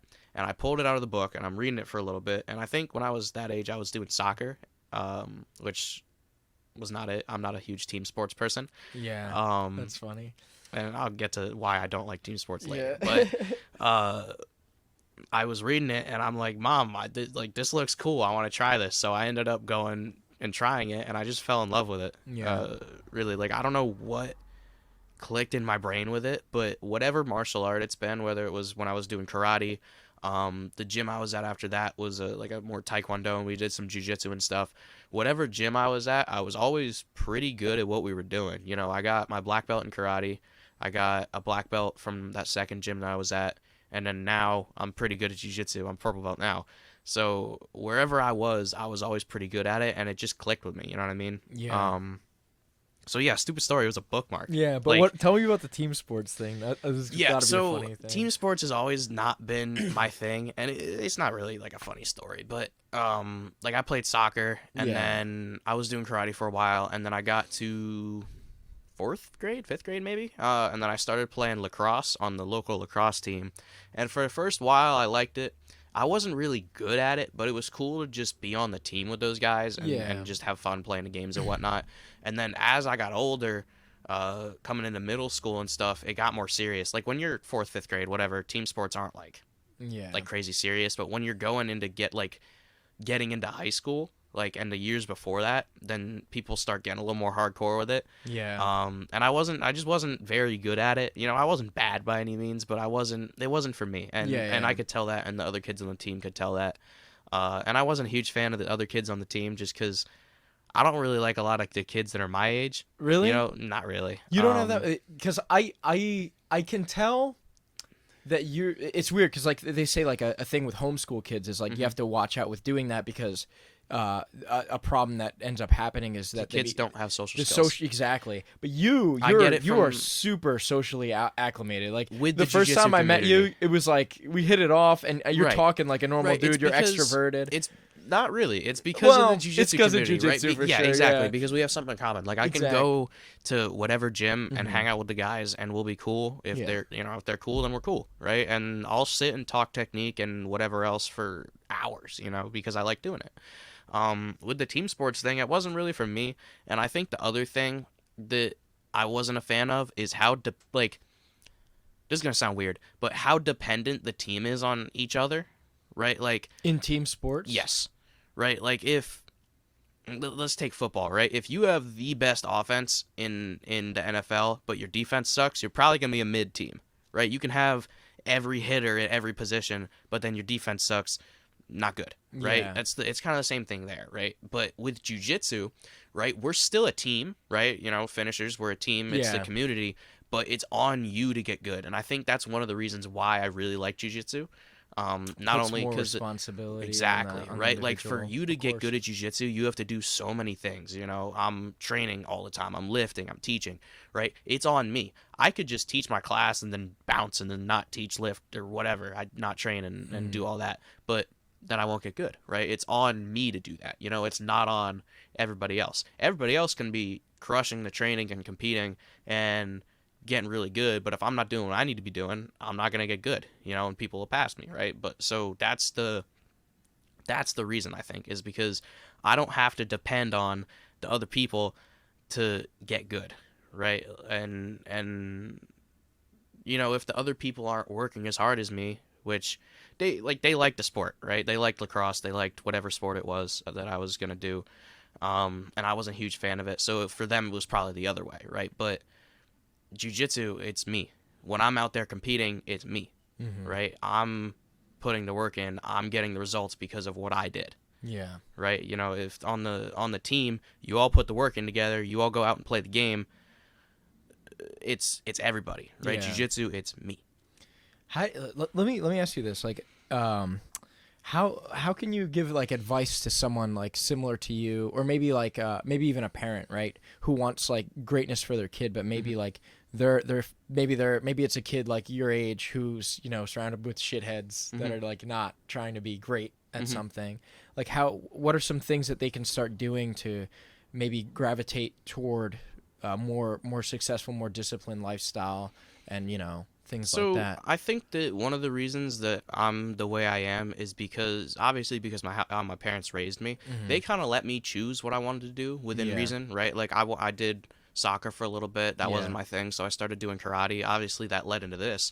But they let me quit lacrosse, right, because I hated it, to do jiu-jitsu full-time, right? They let me pick what I wanted to do. Now, if I said I wanted to quit jiu-jitsu and drop out of school and go, I don't know, live in my car or whatever. No disrespect to people that live in their car. I'm disrespected right now. Yeah, right. But you're crushing it though, right? It's not like I'm not doing anything, right? You're training. You got this you got the podcast going on, whatever, everything else. Getting after it, you're doing stuff, right? You're doing what you want to be doing, right? If I just said screw it, I'm gonna drop everything, they wouldn't let me do it. Yeah, of right. course. So I think that's one of the reasons is they let me decide what I want to do. I decided to do this homeschool thing. They didn't bring it to me, right? I asked them if I could do it.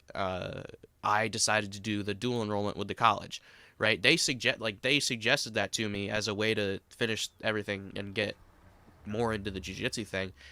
But at the end of the day, it's my decision, right? By giving your kid more decision on what they want to do, that helps, right? And also, like, if they're my age and you try to do it then, right, and you weren't doing anything before, it won't work that way, because the kid's already kind of, everything's already right. 17 years into your life, you're not done by any means, but like if there's some stuff's drilled in there, right, if you've decided that you're gonna not do anything productive and you're just gonna hang out with your friends all the time, then that's what you're gonna do.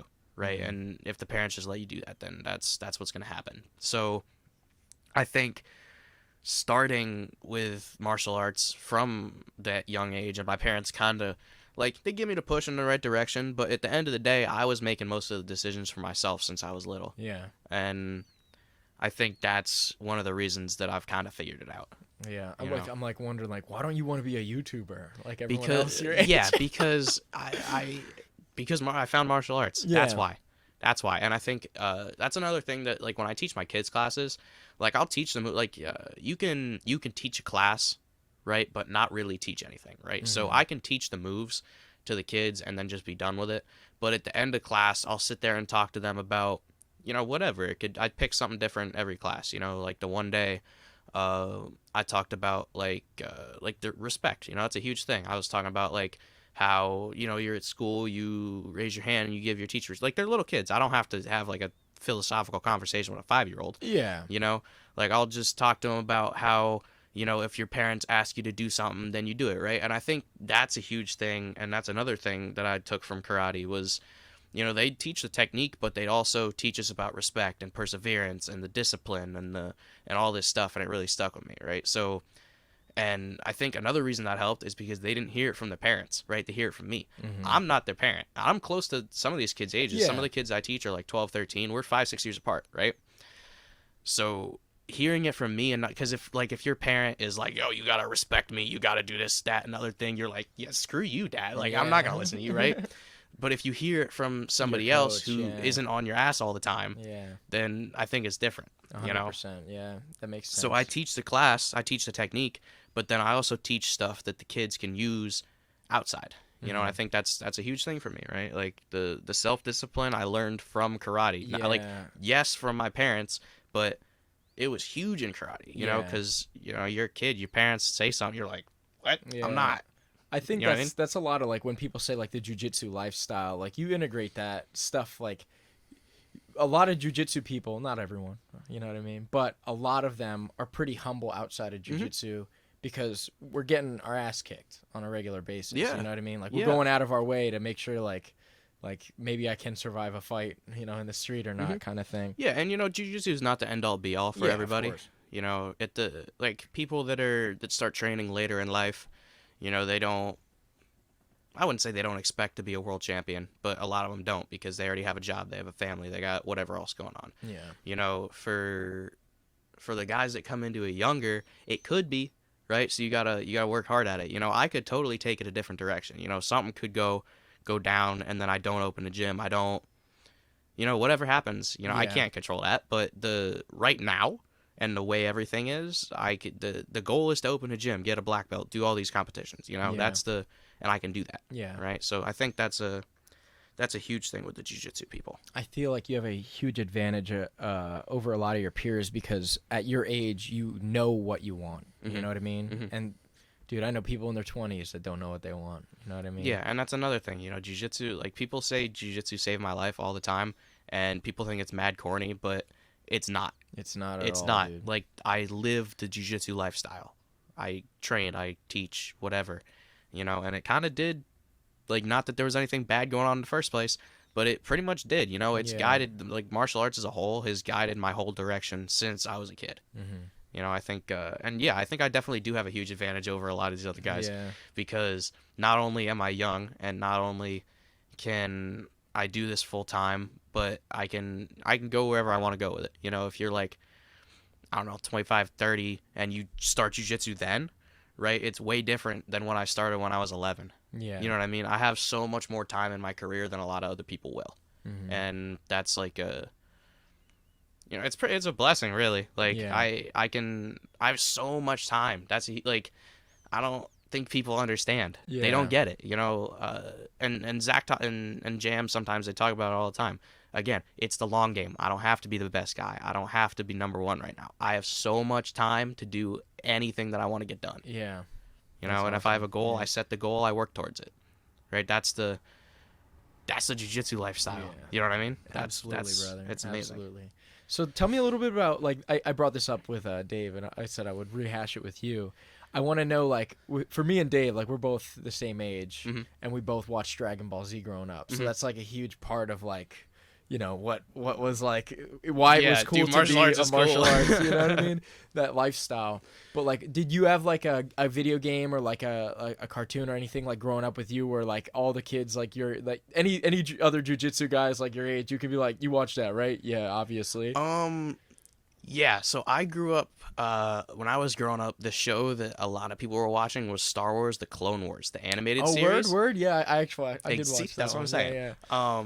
I grew up on that. That's what and also the animated Justice League TV shows. A Oh, lot yeah, of people yeah. don't know about those, but those shows were so good. Those You watch shows were Young so ahead of their Justice, time. too? That one too. I haven't Yeah. seen the newest stuff just because I don't feel like paying Yeah. for the Disney or the whatever it is. Yeah.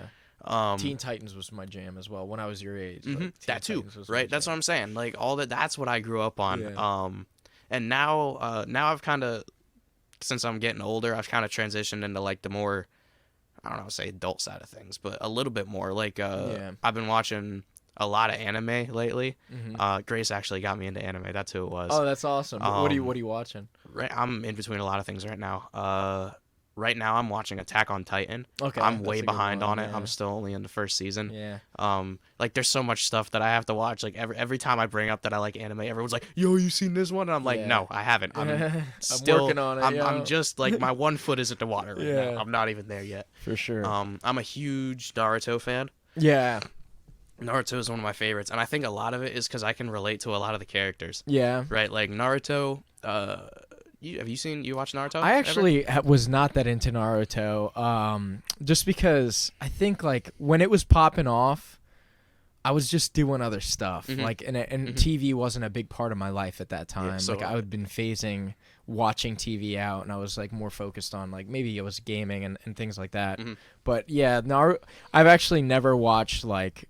I think I can count on one hand how many full episodes of Naruto All I've right, seen. so I like it. Like it's Yeah, cool. it's cool. But you know. right, so I think one of the reasons I really like it is because I can connect with a lot of the characters. Like Yeah. Naruto is this young kid with immense potential, and he Yeah. just goes on this journey to become the Hokage, like Yeah. the best in the village. Yep. Right, that's like, and a lot of Jujitsu people are huge into Naruto. Like Yo, if you go for around, sure, dude, if you for go sure, around the yeah. gyms and be like, "Yo, who's I'm watching probably Naruto?" I'm probably You'll get mad hands. people are judging the shit at me. Man, you don't watch Naruto. Yeah, Get yeah, outta here." somebody's tweaking in the So, comments. Yeah, for sure. Yeah.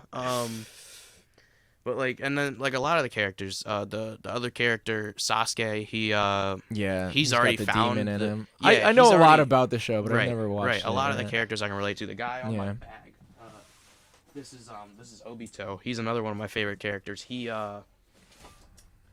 my favorite character is Kakashi. He That's the dude with the lightning. yes. Yeah. He's my favorite. I just played the 'cause he's a video badass. game. I played the Naruto video game a lot, actually. Yeah, the he's- fighting game. I like Mhm. Gaara a lot. Gaara's actually. cool. I think I like Gaara's Gaara. hard. Yeah. Yeah, but like when Obito was a kid, the girl that he liked, Kakashi, killed her, and they were in like a team together. And that just sent his whole thing in a downward. His story is so cool. I just Yeah, like it because Good character development. yeah, dude, arc, it's yeah. crazy, and it's a long series. You know, Yeah. like the original Naruto. I don't remember exactly how many episodes it was, but it took me a good month and a half to watch all of it, and that was Yeah. like sitting there with it on all the time. Yeah. Like I'm doing schoolwork and Naruto's playing. Yeah. I feel that. Shippuden is a lot of episodes too. It's even Yeah. longer than the original series, and it just gets good real quick. And it calls back to the original Naruto all the time. Yeah. Anime is like a huge thing for a Yeah. lot of jujitsu people. For sure, a dude. lot of Yeah. dude. There's one guy, I don't remember what his name. I think it's Fabricio Andre. On Instagram, his name is like his at is Fabricio Andre JJ, I think. And then like if you go into his profile, instead of his name where his name is, it just says Hokage, and it's got like the fox and the leaf that's funny. and the swords or whatever. And then whenever he competes, he'll always do some like anime thing, like before Like he does the like, hand Yep, joins. he'll do that. I've seen him do that. Yeah. I've seen him like do like I think he just won IBJJF Worlds. He does like a power up thing when he gets on the mat. Oh, yeah, I'm like like, dude, Drails, yeah. this guy is way too into it, but I Yeah. like it. And he's For good sure. too. That's He's not hard. bad. He's good. He's a black belt world champion now. Dude, to this day, if I see like an orange gi like Goku has, Mhm. that's like the right price, I'm buying that shit. Yeah, that's what I'm saying. Like anime is huge for Yeah, a lot of for dudes. sure. A lot of dudes. You go around and you wouldn't even expect it either. You go around to the gym and be like, "Yo, who likes anime?" Mad jujitsu dudes Yeah, raise it's their like, hand. yeah, 90% Jujitsu scaling guys up, are yeah. nerdy as hell. just the old like cop guys are gonna be like, no, I don't do that. Like Yeah. that's the only part. Yeah, yeah. Even but them, it's, though. it's crazy. That's kind of what I'm on right now. No, that's awesome, man. What video games did you play like growing up as well? Like, I'm curious. I didn't have a game system until I was like 13. Really? And my first console was a PS4.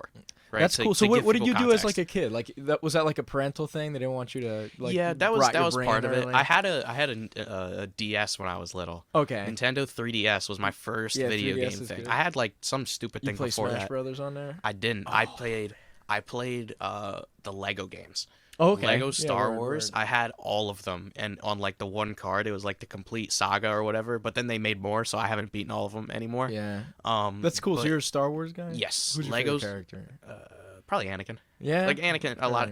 Right. Anakin in the movies, Ahsoka in the Clone Wars. Word. Ahsoka's probably she's up there on the top. Did you watch the Mandalorian thing? Yes, I've seen. Did you see the episode with her? Mhm. Oh, dude, she's cool. Exactly. They did a really good job with her. Mandalorian did a great job. I've been watching the book of Boba Fett. They just put out a new series just about Boba Fett. Oh yeah. And it shows. I think that one's really cool because there's only 3 episodes out right now. It comes out on Wednesday, so there's gonna be a new episode tomorrow.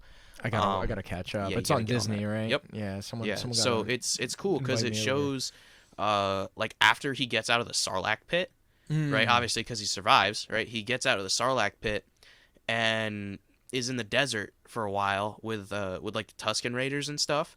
And then it also shows what's going on present time, right? So present time, like he was in the Mandalorian, right? Present time, he goes back to Tatooine, and since Jabba's dead, he takes over Jabba's whole thing. Oh yeah. Right, Yeah, so now yeah. he's I don't remember what the term that they used for it. It was like the daimyo, I think they called it. He's the head of Mos Eisley now. Yeah. So then it goes back. Don't spoil it too much. I want to get into They it. showed out in a trailer. Yeah. But they go back and forth between the 2 time periods, and it's really cool. Just because I think eventually they'll have the 2 meet, right? Yeah, so they'll of get course, to the point from the Sarlacc pit where it's going to meet up with when he was in the Mandalorian and got through to Tatooine. So it's cool. And Boba Fett's another one of them. He's such an underrated character because like in the original Star Wars movies, A New Hope, Empire, and Return of the Jedi, he's just there. He doesn't talk too much. You don't see his face, and then he just gets killed off in the Sarlacc pit at the end. Yeah. And then everyone's like, "Well, where'd he go?" Yeah. They go into it a little bit more in the Clone Wars just because that's the period between Attack of the Clones and Revenge of the Sith. Yeah. Right, so they go into it more because that's when they make all the clones. That's when they go into like how the clones are created and all that. So we get to see Jango and Boba more, and Boba Fett as a kid. But he's one of the most underrated characters, dude. Yeah. It's bad how much people sleep on him. Yeah, that's awesome. He's such man. a badass.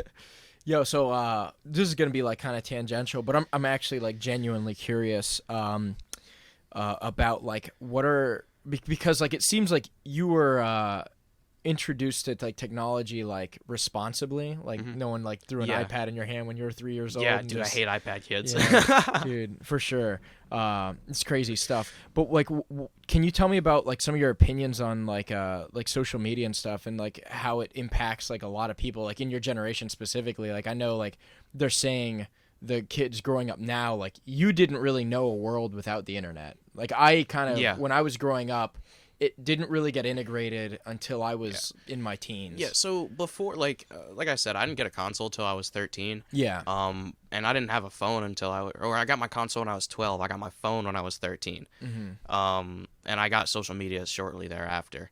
So there was a period of time where I didn't have the internet. There was a period of time, believe it or not, where my parents had me convinced the TV only worked on Sunday. Oh, that's which was some BS looking back at that. But like, I was like, dude, like you can't be getting me like that. Yeah.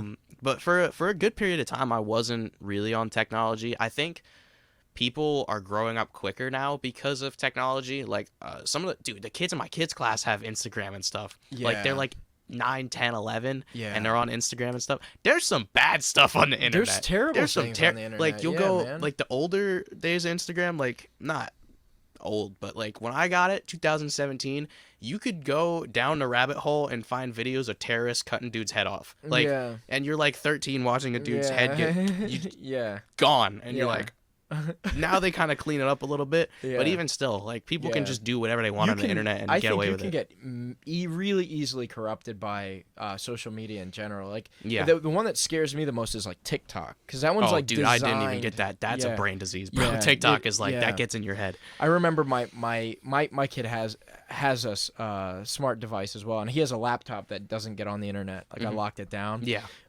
So he can like do like Minecraft and stuff only.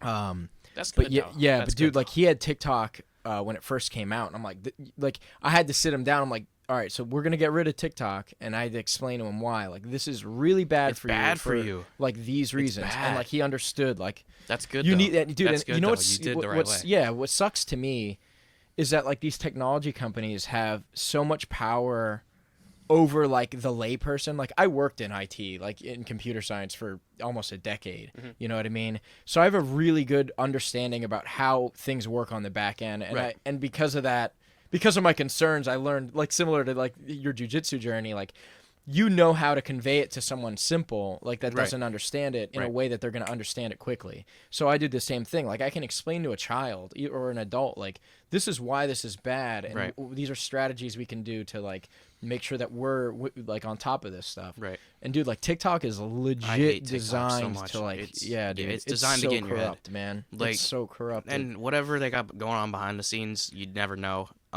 But dude, like the TikTok songs, I hate when I hear those. Yeah. I hear them and I'm like, ugh, get out of my head. Yeah, 'Cause then for they just real, stay. right? It's, And I can. yeah. What's even worse is because they put them on Instagram, right? The stupid Instagram Reels things. Like you get mad views on those, so you gotta game the system a little bit. Yeah. But at the same time, you go and scroll through those for hours and just see the same thing over and over. Yeah. Like, and then the song will play, and I'll know all the words to the song without ever listening to it on my own terms. Yeah. Right? I'll know all the words, and then I'll see the stupid little kid doing the dance in my head. I'm Yeah. like, get Get out, out, go yeah. away. So what are some things that you're doing? Like what kind of phone do you have? I'm curious. I have iPhone 12 right So you have an iPhone. Okay. So like, are you like, what kind of apps like do you keep installed on there and stuff? Like I know like with Google phones, like Androids, you're kind of stuck with like what Google put on there. Even on Right. the Apple stuff, like Right. you're So pretty, I have Instagram. Obviously, I post on there all the time. Yeah, I'm pretty of much course. I'm Yeah. most active mostly on on Instagram. Instagram. Okay.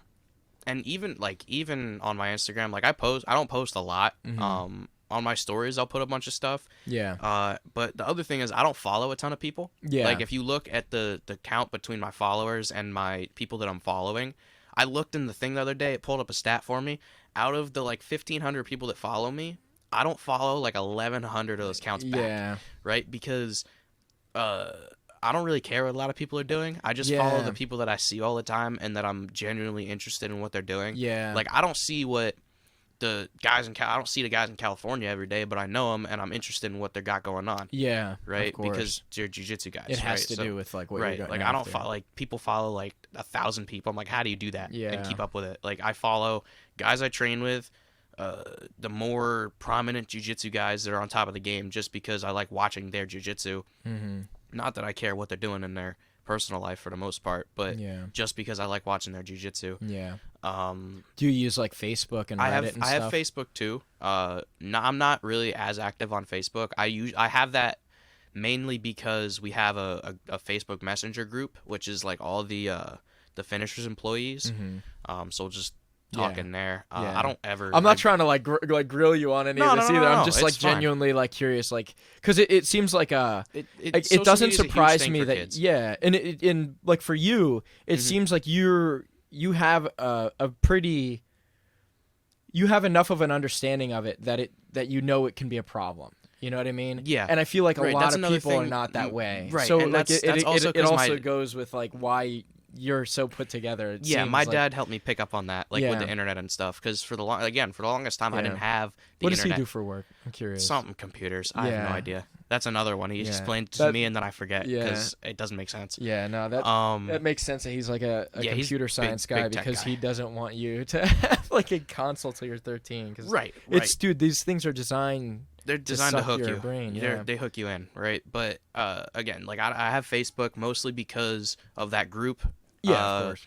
There's the 10th Planet Bethlehem Facebook group that they put announcements in.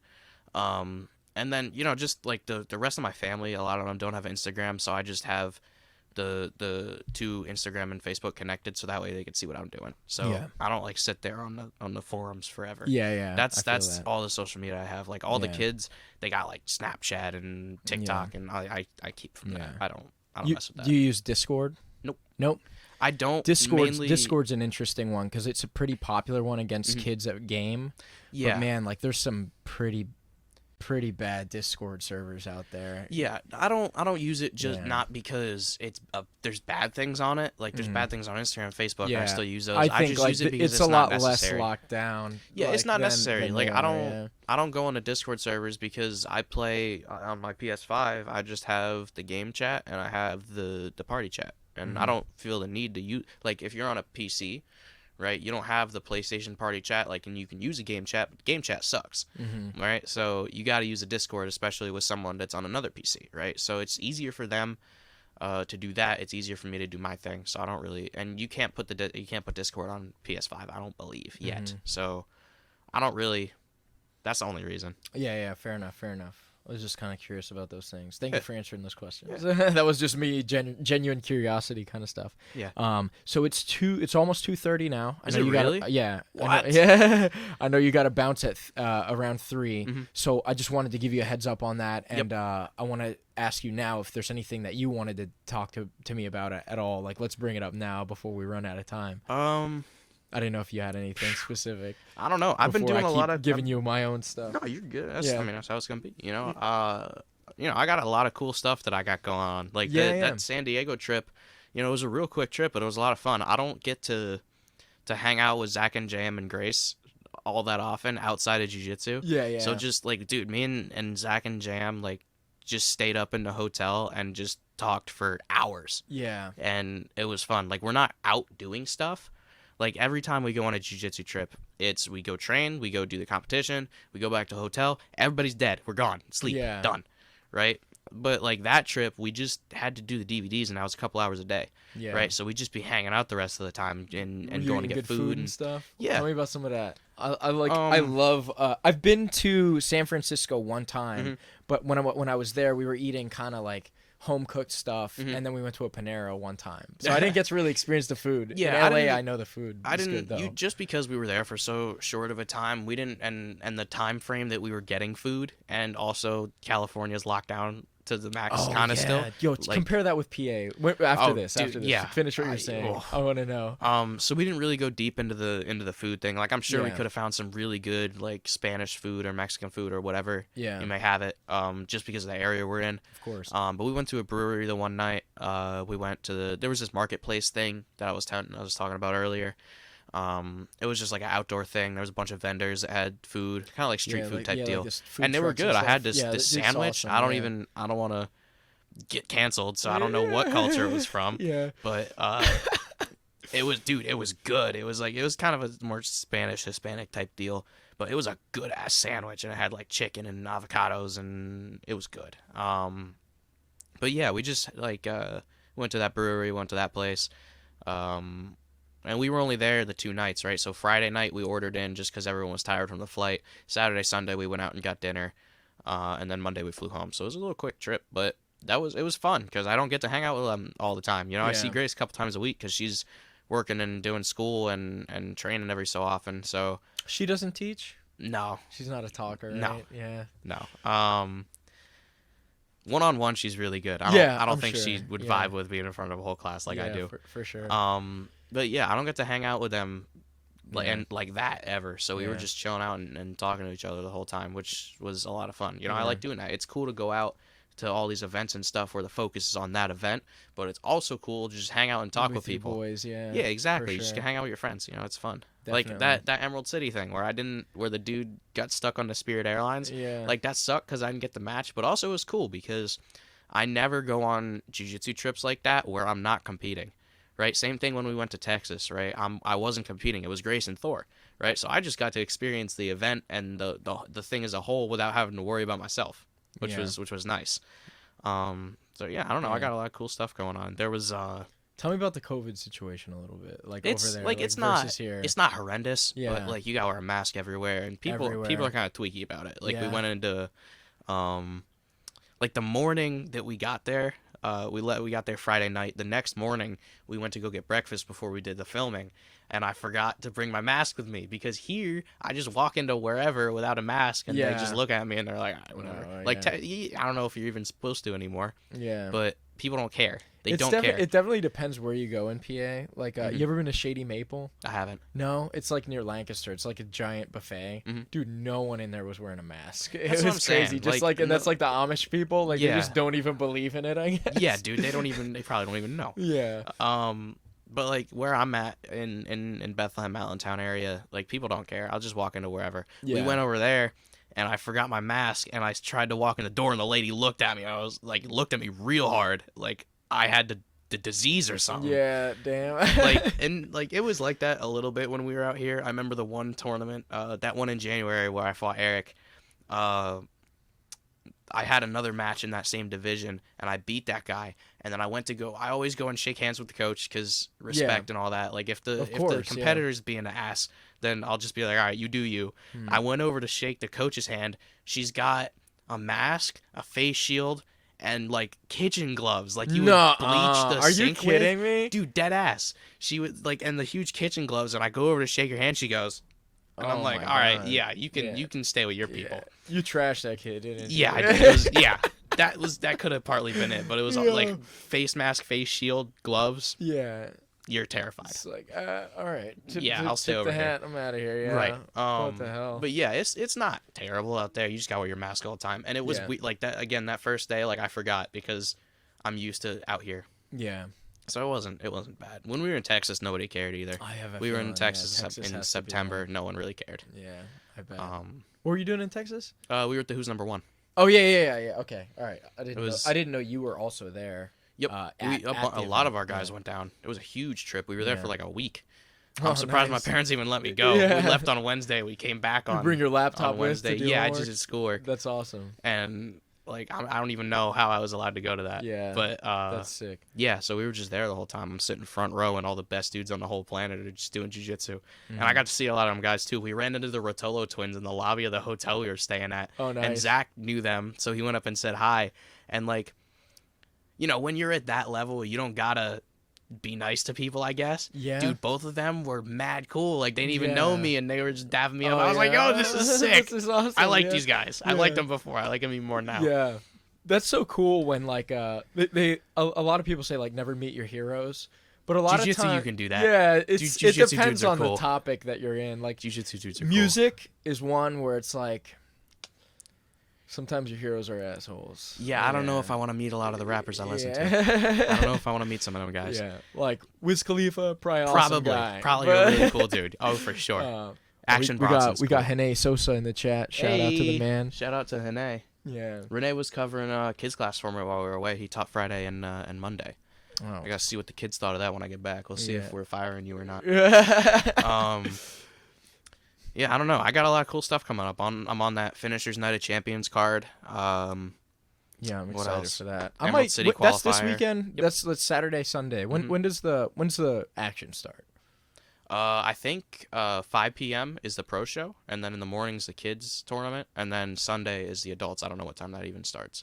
I'm just gonna show up whenever I wake up. I might come to that Night of Champions. Dude, I know it's gonna be sick. Andrew and Mike are I both was gonna in say that, a bunch of the and guys me. from my gym are like last time I was in last week after the day after I was training with you guys for Dave's podcast, and yeah, everyone seemed pretty excited about it. Seems like it's gonna be a pretty good event. Yeah, Dave's in it too. He's in the 145 division. Nice. So there's a lot of good guys. There should be a ton of good matches. Yeah, dude, that's sick, man. But I got that.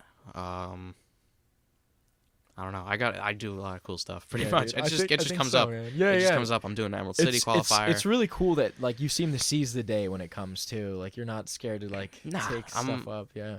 I hate the dudes that just pick fights. Like I was on my Instagram really rant for it around kind of for a long time, and people were not a huge fan of when I was like that. Oh man. But people would just pull out of matches all the time, or like they'd get offered the match because they applied for it, and then it would be me, and then they wouldn't take. I'm like, what are you doing? Yeah. Like I go fight the best dudes because I like doing it. Yeah. Like I'm not gonna go out and like if I win this Emerald City qualifier, right? Which I'm probably gonna have to fight Jordan Holly, and he's really freaking good. Yeah. On the off chance I beat Jordan Holly, I'm gonna have to go fight the step up above that. You know, it'll be Yeah. Damian Anderson, it'll be Keith, it'll be Gianni and It's a Cisneros. stacked ass bracket, Exactly. dude. Right. I don't expect to win that 10 grand bracket, and maybe not even this Emerald City qualifier, but I'm gonna go out and do it because I love the sport and I love doing it. The way you get better is by doing it. Yeah. Like, it's a train or don't. That's literally Yo, it. for That's real. like, I live by that, dude. It's train or don't. Like, Yeah. people, like, they'll look in the bracket and then they'll see the guys in it. They're like, ooh, I don't want to do it. I signed up for Grappling Industries and I fought DeAndre Corbet and Rob Diggle in the same day. Not because I thought I could beat either of them, because I like doing jiu-jitsu. Yeah. Because it's fun and I get better. Yeah. No, I'm with that. So a that's lot, kind man. of, that's how I look at it. You know, it's train or don't, and it's, you know, don't be a wuss, pretty Yo, much. I'll drink to that, brother. Yo, so quick question right here. If you are there any matches that like you would love to run back? Like, is there a rematch that you would really like? There's a couple that I think I want to run back. I definitely want to run back that match with Reese from Emerald City. I like, no disrespect to him, he's good, but I Yeah. fumbled that match. I think I totally could have won that. I'm gonna run back the one with DeAndre. I fought DeAndre twice. I'm probably gonna end up running it back at finishers. We'll probably be opposite sides of the bracket because we fought each other. Yeah. So if I get to the finals, I'll probably end up running it back with him for the third time. And you know, he's good, but I'm gonna try to beat him again, or Yeah. not again, but for the first time. I want to run back Rob Daigle because I think I can beat him for sure. Yeah. Yeah. Like his, Man, you're reaching to the top shelf for a lot of these, man. Like, yeah, he's good, and Yeah. no disrespect to any of these guys. No, of He's course not. good, Like, there's but not- his, yeah. if I can shut down his leg lock game, I think I can beat him. I Yeah. almost go plotted him the first time that, like, the first couple minutes of the match, I got to my rubber guard spot, I got to the go plata, but then he defended the right way, and he made me go omoplata, and my leg was there, Yeah. so he took it, right? Yeah. But like, if I can deal with the leg locks, I think I have a pretty good chance of beating it. If you look at all the guys that beat him, then that's how they did it. You know, Ashley Williams just RNC'd him by passing his guard and dealing with the leg locks. Jeff Mock, Emerald City qualifier, the first one, didn't get leg locked, beat him in overtime. Yeah. Right? So that's the three that I kind of want to run back. Yeah. Not be like, DeAndre's really good, Yeah. and I have fun fighting him just because Yeah. he's good. Reese, because, again, not because he sucks, but because I need that win back, right? Yeah. Like, that was not my best day. And then Rob, because that would be a good win to have. Yeah, no doubt, man. What's your favorite rule set? Like, obviously, it's like the finishers one's my guess. Sub only EBR yeah, rules. yeah, that's awesome. man. I haven't had a no time limit match yet, but I'd love a no time limit match because the biggest thing in the sub only right now is stalling for overtime, which, like, I'm good in OT, so Yeah. I have no problem with going to the overtime. Yeah. But when dudes straight up do not fight me, then that's where I have the most trouble, because if you don't want to do jiu-jitsu, how am I supposed to do jiu-jitsu with you? Yeah. There's, like, if you look at, there's matches that people just back out of everything. Like, I'll start getting to I'm not saying run into my best thing. Don't Yeah, put yeah. yourself in a leg lock and don't Yeah. get in my full guard, but don't not do jiu-jitsu. You know what I Yeah. mean? So I think a no time limit match would be fun, just because then the dude's got to fight me, because you can't Yeah. beat me if you don't tap me then. Is there someone that you haven't fought yet that you think would be a really good matchup? Yeah, there's a ton of dudes. Yeah. Like, literally everyone at 145 and 155 on the East Coast that I haven't fought yet. Yo. Like, that are at that high level. Yeah. Not official call-outs, but John Battle, Fabian Ramirez, Zach Green, literally everyone I haven't fought yet. You know, like, the guys in that 145 division that Dave's in, it's Dave, Frank Rosenthal would be another fun one. Zach Green, Battle's in that. It's Kaivan Gonzalez. Kaivan is really good. Who's that? Kai, I don't think I know that name. He's from Pure MMA. He's a black belt too. He'd be a fun one. He'll be in the qualifier with me, so I might get that one. And then I don't remember who the last guy is, but all the, like, those guys are the guys I Damn, want to dude. fight. You really want the best of the best, man. I That's want, awesome. because I have good matches with them. I don't go out and I get starched. You know, I have good matches with them. Like, yeah, I might drop it, but again, it goes back to I'm trying to get better at jiu-jitsu, and I'm gonna do that by having good matches with guys that are good. Yeah, Fabian's a fun role. I don't know Yeah, if you've ever rolled. I with haven't him. rolled with Yeah, him. Fabian's he's. I a haven't competed firecracker, against him man. either yet, which has Yeah. been weird because we've been at the same competitions if we've been at, but it's always I been think you either both I'm walk higher. around at the We're same both like weight. the That's same why size. I was like that name. When you dropped that name, I'm like, ooh, like man, I that really like would be a Fabian, and really me and good one. Fabian are cool. I talk Yeah. to him, hang out with him He's all the a great time guy, yeah. whenever we're around. But like it would be a good match. You know, I don't dislike any of these guys. Yeah. I'm not like calling them out like, oh, you piece of shit, I'm gonna kick your Yeah. ass. Like, no, I like these guys and they're good at jiu-jitsu. Yeah. So I want to have matches with guys that are gonna make me look good. I'm gonna have a good match with them, and we're gonna bring out the best in each other. Yeah. I You know like what I mean? that, man. That's how I definitely think know about what it. you I mean. don't like, you know, I think John Battle's the best 145er on the East Coast right now. Yeah. At this very second, I think he is the best on the East Coast, at 45. But like again, I don't go out and expect to beat him because he's the guy. Yeah. But you know, it'd just be a fun time. I just like having good matches. I like doing jiu-jitsu. It's a foreign concept to some people. They're like, I gotta go win every tournament. I have fun. Yeah. I have fun. Definitely. And I got time too. I like, yeah, exactly, man. I like you have a really healthy mentality about it. I think like the longevity thing combined with like your, like, you're almost like you like to like lab stuff. Like I can tell like you're out there to see stuff. Like you want to experience things. Mm-hmm. Yeah. Yeah, I mean, like I think that's how You a gotta lot of put guys gi get on, good. bro. I want to see you do a gi match. I just do the same thing that I do in no gi, except no heel hooks, No heel hooks, and no reaping people. Yeah. Like, yo, imagine how busted rubber guard would be in the gi. Like if I just put the dude in my rubber guard and he can't go anywhere because of the gi, and I just hold on to him. Yeah. Like I don't know why nobody's figured that out yet. I don't know, man. It's you got the grips are a little different. I do some weird stuff in the gi. I'm not the best in the gi. And also the lockdown in the gi also because the friction. That's why that's why I don't let you do heel hooks. Yeah. Because you can't pull your leg out. Yeah. But no, I might. Nelson and his wife Hillary, they own Inverted Gear, I believe. They just opened a academy, not too far away. It's right in Allentown, and they're I think they're exclusively gi. They have they might have a no gi thing going on, but I know a couple of our guys that were doing gi are training over there every so often, and they run open mat and stuff. I have a gi. Yeah. I own a gi. Do you know how to tie your belt? Tom was saying like a bunch of you guys got your belts. Dude, I have no idea. Tom kills me because he'll go out to the UK and he'll look all. He didn't bring his brown belt last time, so he was wearing a white belt, and everyone was making fun of him for it. But like the first thing that he did, he got his black belt. He did his little speech thing. He went and sat down. And he put his belt on. He just tied it, and then like the rest of us are like, "Yo, you're weird." Like we're all just ripping him for it. No way, dude. I would have that. Dude, shit I don't know. Immediately. I haven't tied a belt since like 2015. Jeez, dude. So I don't even know, but I do have a gi. That might be, maybe we'll see. I'm pretty good. What color do you use? A white gi? It's black. It's black. Yeah, you got it's a tap cancer out gi. Oh, okay, all right. I have their black one. Yeah, that's good stuff, man. But yeah, no, like I said, I got a lot of cool stuff going on. You know, just the training environment at the gym is amazing. Zach and JM put forth and bring out the best in everybody, and they give us our best. We give them theirs or something like that. Give them yours. That's the one. I don't even know. Yeah, but no, absolutely, like that's how it is. You know, it's. I'm really excited to train with you guys later too, man. Dude, you coming down today? I am. Yeah. Nice. We're gonna. Like, I'll let you go to your kids' class. I think. I'll catch up with you. Maybe. When's it over? Today's Tuesday, so 4 to 5, and then I'm lifting 5 to 6. So class is 6 tonight. Oh, you're lifting with in the back. Yes.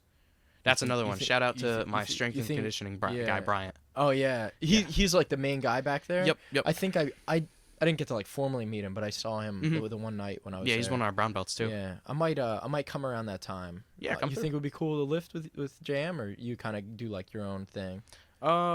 I don't know who's gonna be in there tonight. tonight. I might shoot him a text. Yeah, see what he says. Ask Bryant. Just hit him on Instagram or whatever. Oh, Brian trains you guys. Bryant. So JM kind of does his own lifting program. I do more specific stuff for me with Bryant. That's so cool. he kind of has. I didn't know if you just had like a routine that you just go in and little bit do like some, he do some bench or something. He has us do whatever. It's real jujitsu oriented. Yeah, that's sick. And I don't know. I guess you would call it classes. He has like class time set up where I just go in and I get work with him. Yeah. And so then at 6 o'clock. 6 o'clock is JM's advanced class, 6 to 8, I believe. Okay. So you definitely come through for that. There's usually some good guys. Dave should be there tonight too. Yeah. I'll be there. Dave will be there. Yeah. JM. I'm trying to think. Like I want to get that technique video filmed with you. I'll probably get Tom's knocked out today too. I'm trying to figure out when I can. Yeah, I'll be there tonight. We can do it tonight if you're there. We can do it after. Yeah, I'm definitely coming. Yeah. Yeah, we'll do it. We'll do it after class, maybe. Yeah. So 6 to 7 is the advanced class. 6 to 8. 6 to 8. 6 to 8. It's 2 hours. Damn. It's probably an hour of technique. And then we might run b.o.a.t's practice, and then we'll roll. yeah. So I'll be there. So Yeah. we'll get some work in. Perfect. Get some work in. Tom has a class. Tom has a class at 8:15, so you can probably catch him right after that class because he'll come in. So you can probably knock both ours out at the same time. Yeah. Is the back area gonna be empty?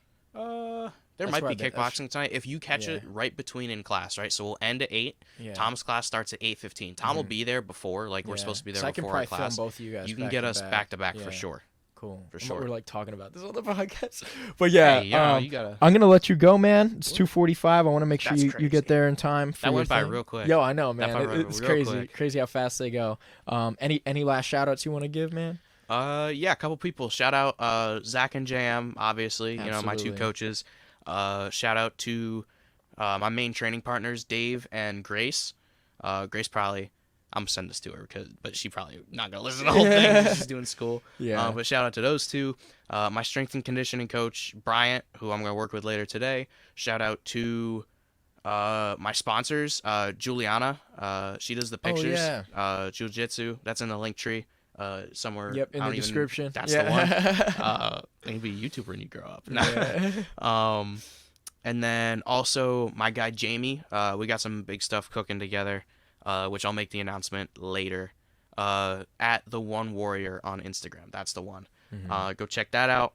And then if you want to see more of me competing, it's going to be finisher sub only this weekend. I'm also doing another podcast. Can I shout out a podcast on the podcast? Go for it, man. Tell everyone what you're doing. Primal baby. Warrior podcast. It's me, Bryant, and Jamie. We're going to lift beforehand and then do a podcast afterwards. And I got a couple more announcements that I'm going to make on there that I'm not permitted to make at this time. So fair enough. we got that's what I got. All right, man. Well, thank you very Train or much. don't. That's the other one. Good stuff, dude. That was fun. Yeah, That hell was yeah, fun. man. Thank you for having me. Take it easy, everybody.